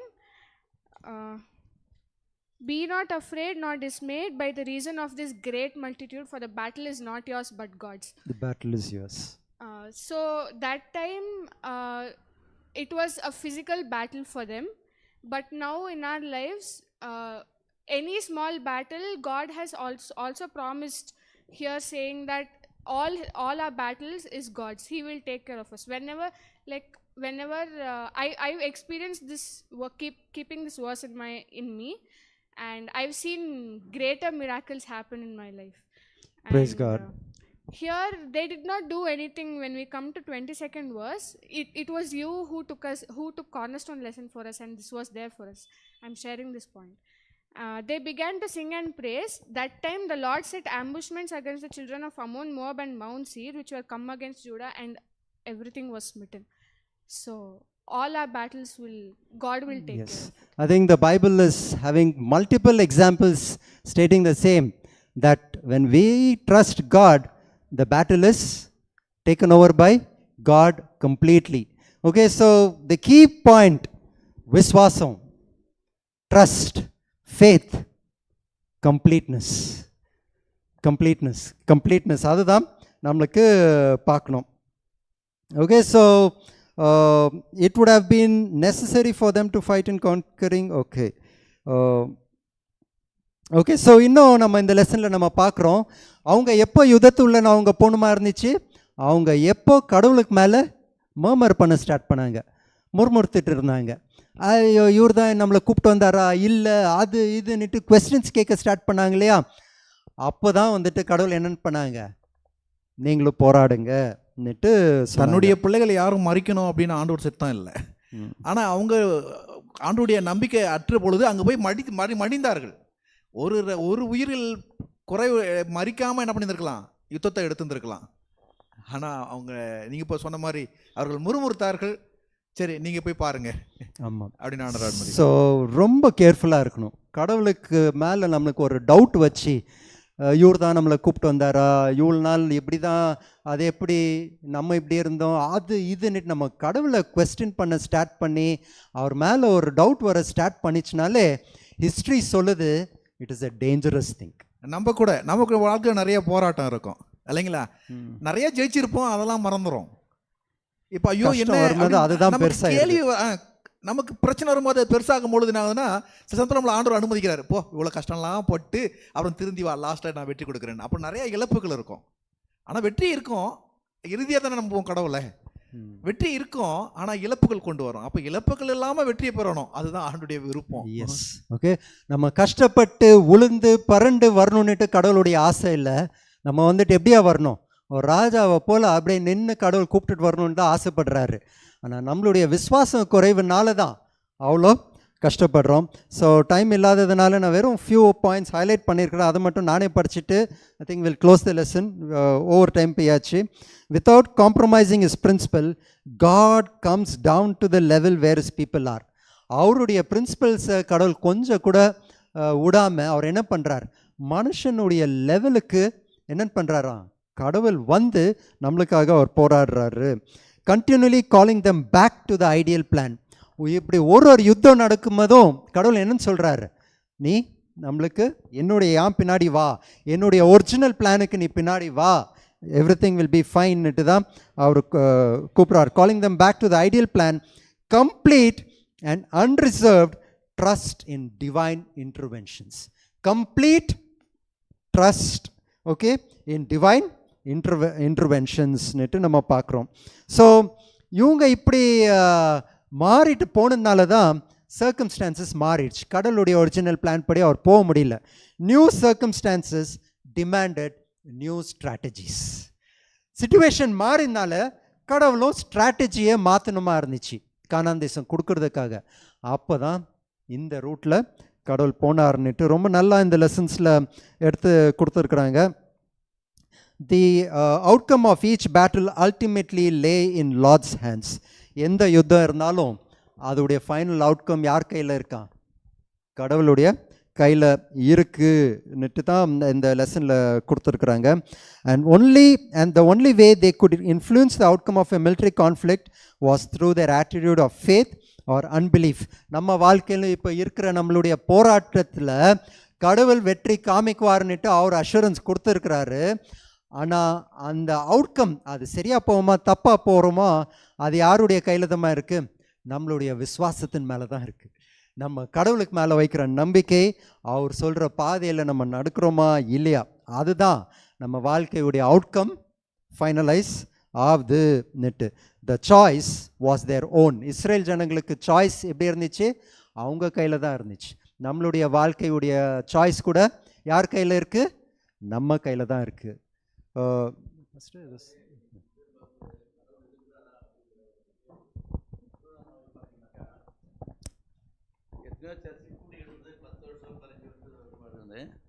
அந்த சர்ச்சை பார்த்தீங்கன்னாக்கா ஒவ்வொருத்தரும் உடச்சி ஜன்னலை உடச்சி இது பண்ணி அங்கே போய்ட்டு அசிங்கம் பண்ணி வச்சுருக்கோம், கம்ப்ளீட்டாக இது பண்ண. அதை பார்க்கும்போதே நமக்கு அவ்வளோ வெறுப்பாக இருக்குது. அப்போ கடவுள் இருக்காரா இல்லையா, அவனுக்கு தண்டனை ஏன் கொடுக்குறது இல்லை. ஒவ்வொரு சர்ச்சையும் பார்த்தீங்கன்னா அநியாயம். இப்போ நான் நடந்த சர்ச்சு அதில் பேக் சைடில் வந்து அப்படியே மலை கழிச்சுட்டு போகிறாங்க. சரி கதவு திறந்துச்சு, காற்று வருதுன்னு கதவு திறந்துட்டா ஒரே ஸ்மெல்லு. இப்போ எந்த அளவுக்கு அவனுக்கு பயமே இல்லை, இந்த கடவுள் ஒன்றும் செய்ய முடியாது, இந்த கடவுள் ஒன்றும் செய்ய மாட்டார். அந்த அளவுக்கு ரொம்ப மோசமான சுச்சுவேஷன். இன்னைக்கு விசுவாசம் வந்து ரொம்ப போயிடுச்சு, ரொம்ப கம்மி. நம்ம அங்கே இங்கே நம்மளுடைய எக்ஸாம்பிள்ஸ் எடுக்காமல் யோசுவா போல் ஒரு கேரக்டர்ஸ் நம்மளுக்கு பைபிள் கடவுள் கொடுத்துருக்குறாங்க, அங்கேருந்து நம்ம எக்ஸாம்பிள்ஸ் எடுத்து நம்ம போராடுவோம். நான் ஃபைனலாக I think I want to conclude with what Shweta was saying. அந்த டைமில் நம்மளுடைய போராட்டம் இப்போது ஒரு ராஜாவை போல் அப்படின்ட்டுலாம் இல்லைன்னுட்டு இல்லை. ஆக்சுவலி அவர் fight is against much more tougher opponents. Ephesians 6:12. இப்போ நம்மளுடைய போராட்டம் இன்னும் பெரிய போராட்டமாக இருக்குது. ஸோ இந்த வசனத்தை நம்மளுடைய போராட்டம் யார் மேலே இருக்குன்னுட்டு நம்ம இதை மட்டும் படித்து இந்த லெசனை க்ளோஸ் பண்ணிடுவோம். ஏனெனில் மாமிசத்தோடும் இரத்தத்தோடும் அல்ல, துரைத்தனங்களோடும் அதிகாரங்களோடும் இப்பிரபஞ்சத்தின் அதிகார லோகாதிபதிகளோடும் வானமண்டங்களில் உள்ள பொல்லாத ஆவிகளின் சேனைகளோடும் நமக்கு போராட்டம் உண்டு. யோசுவா முன்னாடி யார் இருந்தா? சேனாதிபதி இருந்தாங்க. எந்த சேனாதிபதி? லார்ட் ஆஃப் ஹாஸ்ட், கடவுளே இருந்தாங்க. பாபிலோன் ராஜா எதவா காமிச்சிட்டு இருந்தார்? சாத்தானா காமிச்சிட்டு இருந்தார் இல்லையா? ஓகே, அப்போ இந்த வசனம் பிராக்டிக்கலி இந்த உலகத்தில் நடந்துட்டு இருக்கிறது. அப்போ நம்மளுடைய போராட்டம் கூட சாதாரணமான போராட்டம்னு நினைச்சிடாதீங்க. நம்மளுடைய யுத்தத்துக்கும் கடவுள் தான் தேவை. கடவுள் மட்டும்தான் ஜெயம் கொடுக்க முடியும். அதை அவர் ப்ரூவ் பண்ணிக்கிறார் ஹிஸ்ட்ரியில். ஹிஸ்ட்ரி லெசன்ஸ் புக்கை ஓப்பன் பண்ணுவோம், அதுலேருந்து பார்க்குவோம். And we can prove that our God has been there throughout. நம்மளுடைய வாழ்க்கையிலையும் கடவுள் இருப்பார்னுட்டு அந்த ஒரு கான்ஃபிடென்ஸோட நம்ம இந்த லெசனை முடிப்போம். The battle belongs to the Lord. The Lord will fight for you. நம்ம என்ன பண்ணணும்? விசுவாசத்தோடு இருக்கணும், நம்பிக்கையோடு இருக்கணும், அவர் கொடுத்த பாதையில் நடக்கணும், அவர் சொல்கிற ரூட்டில் போகணும். அவர் வனாந்தரத்தை அவர் ஓப்பன் பண்ணி கொடுத்தாருன்னா அங்கே தான் நடக்கணும். நான் வேறு பக்கம் நடக்கிறேன்னா இட் இஸ் நாட் சேஃப். வனாந்தரத்தில் கூப்பிட்டு போனாலும் அதுதான் சேஃபான ரூட், அங்கே தான் போகணும். ஓகே, ஒரு ராஜாவை உட்கார வச்சார்னா அங்கே தான் இருக்கணும், அதுதான் சேஃப். கடவுள் கொடுக்குற பாதை த பெஸ்ட் சாய்ஸ்.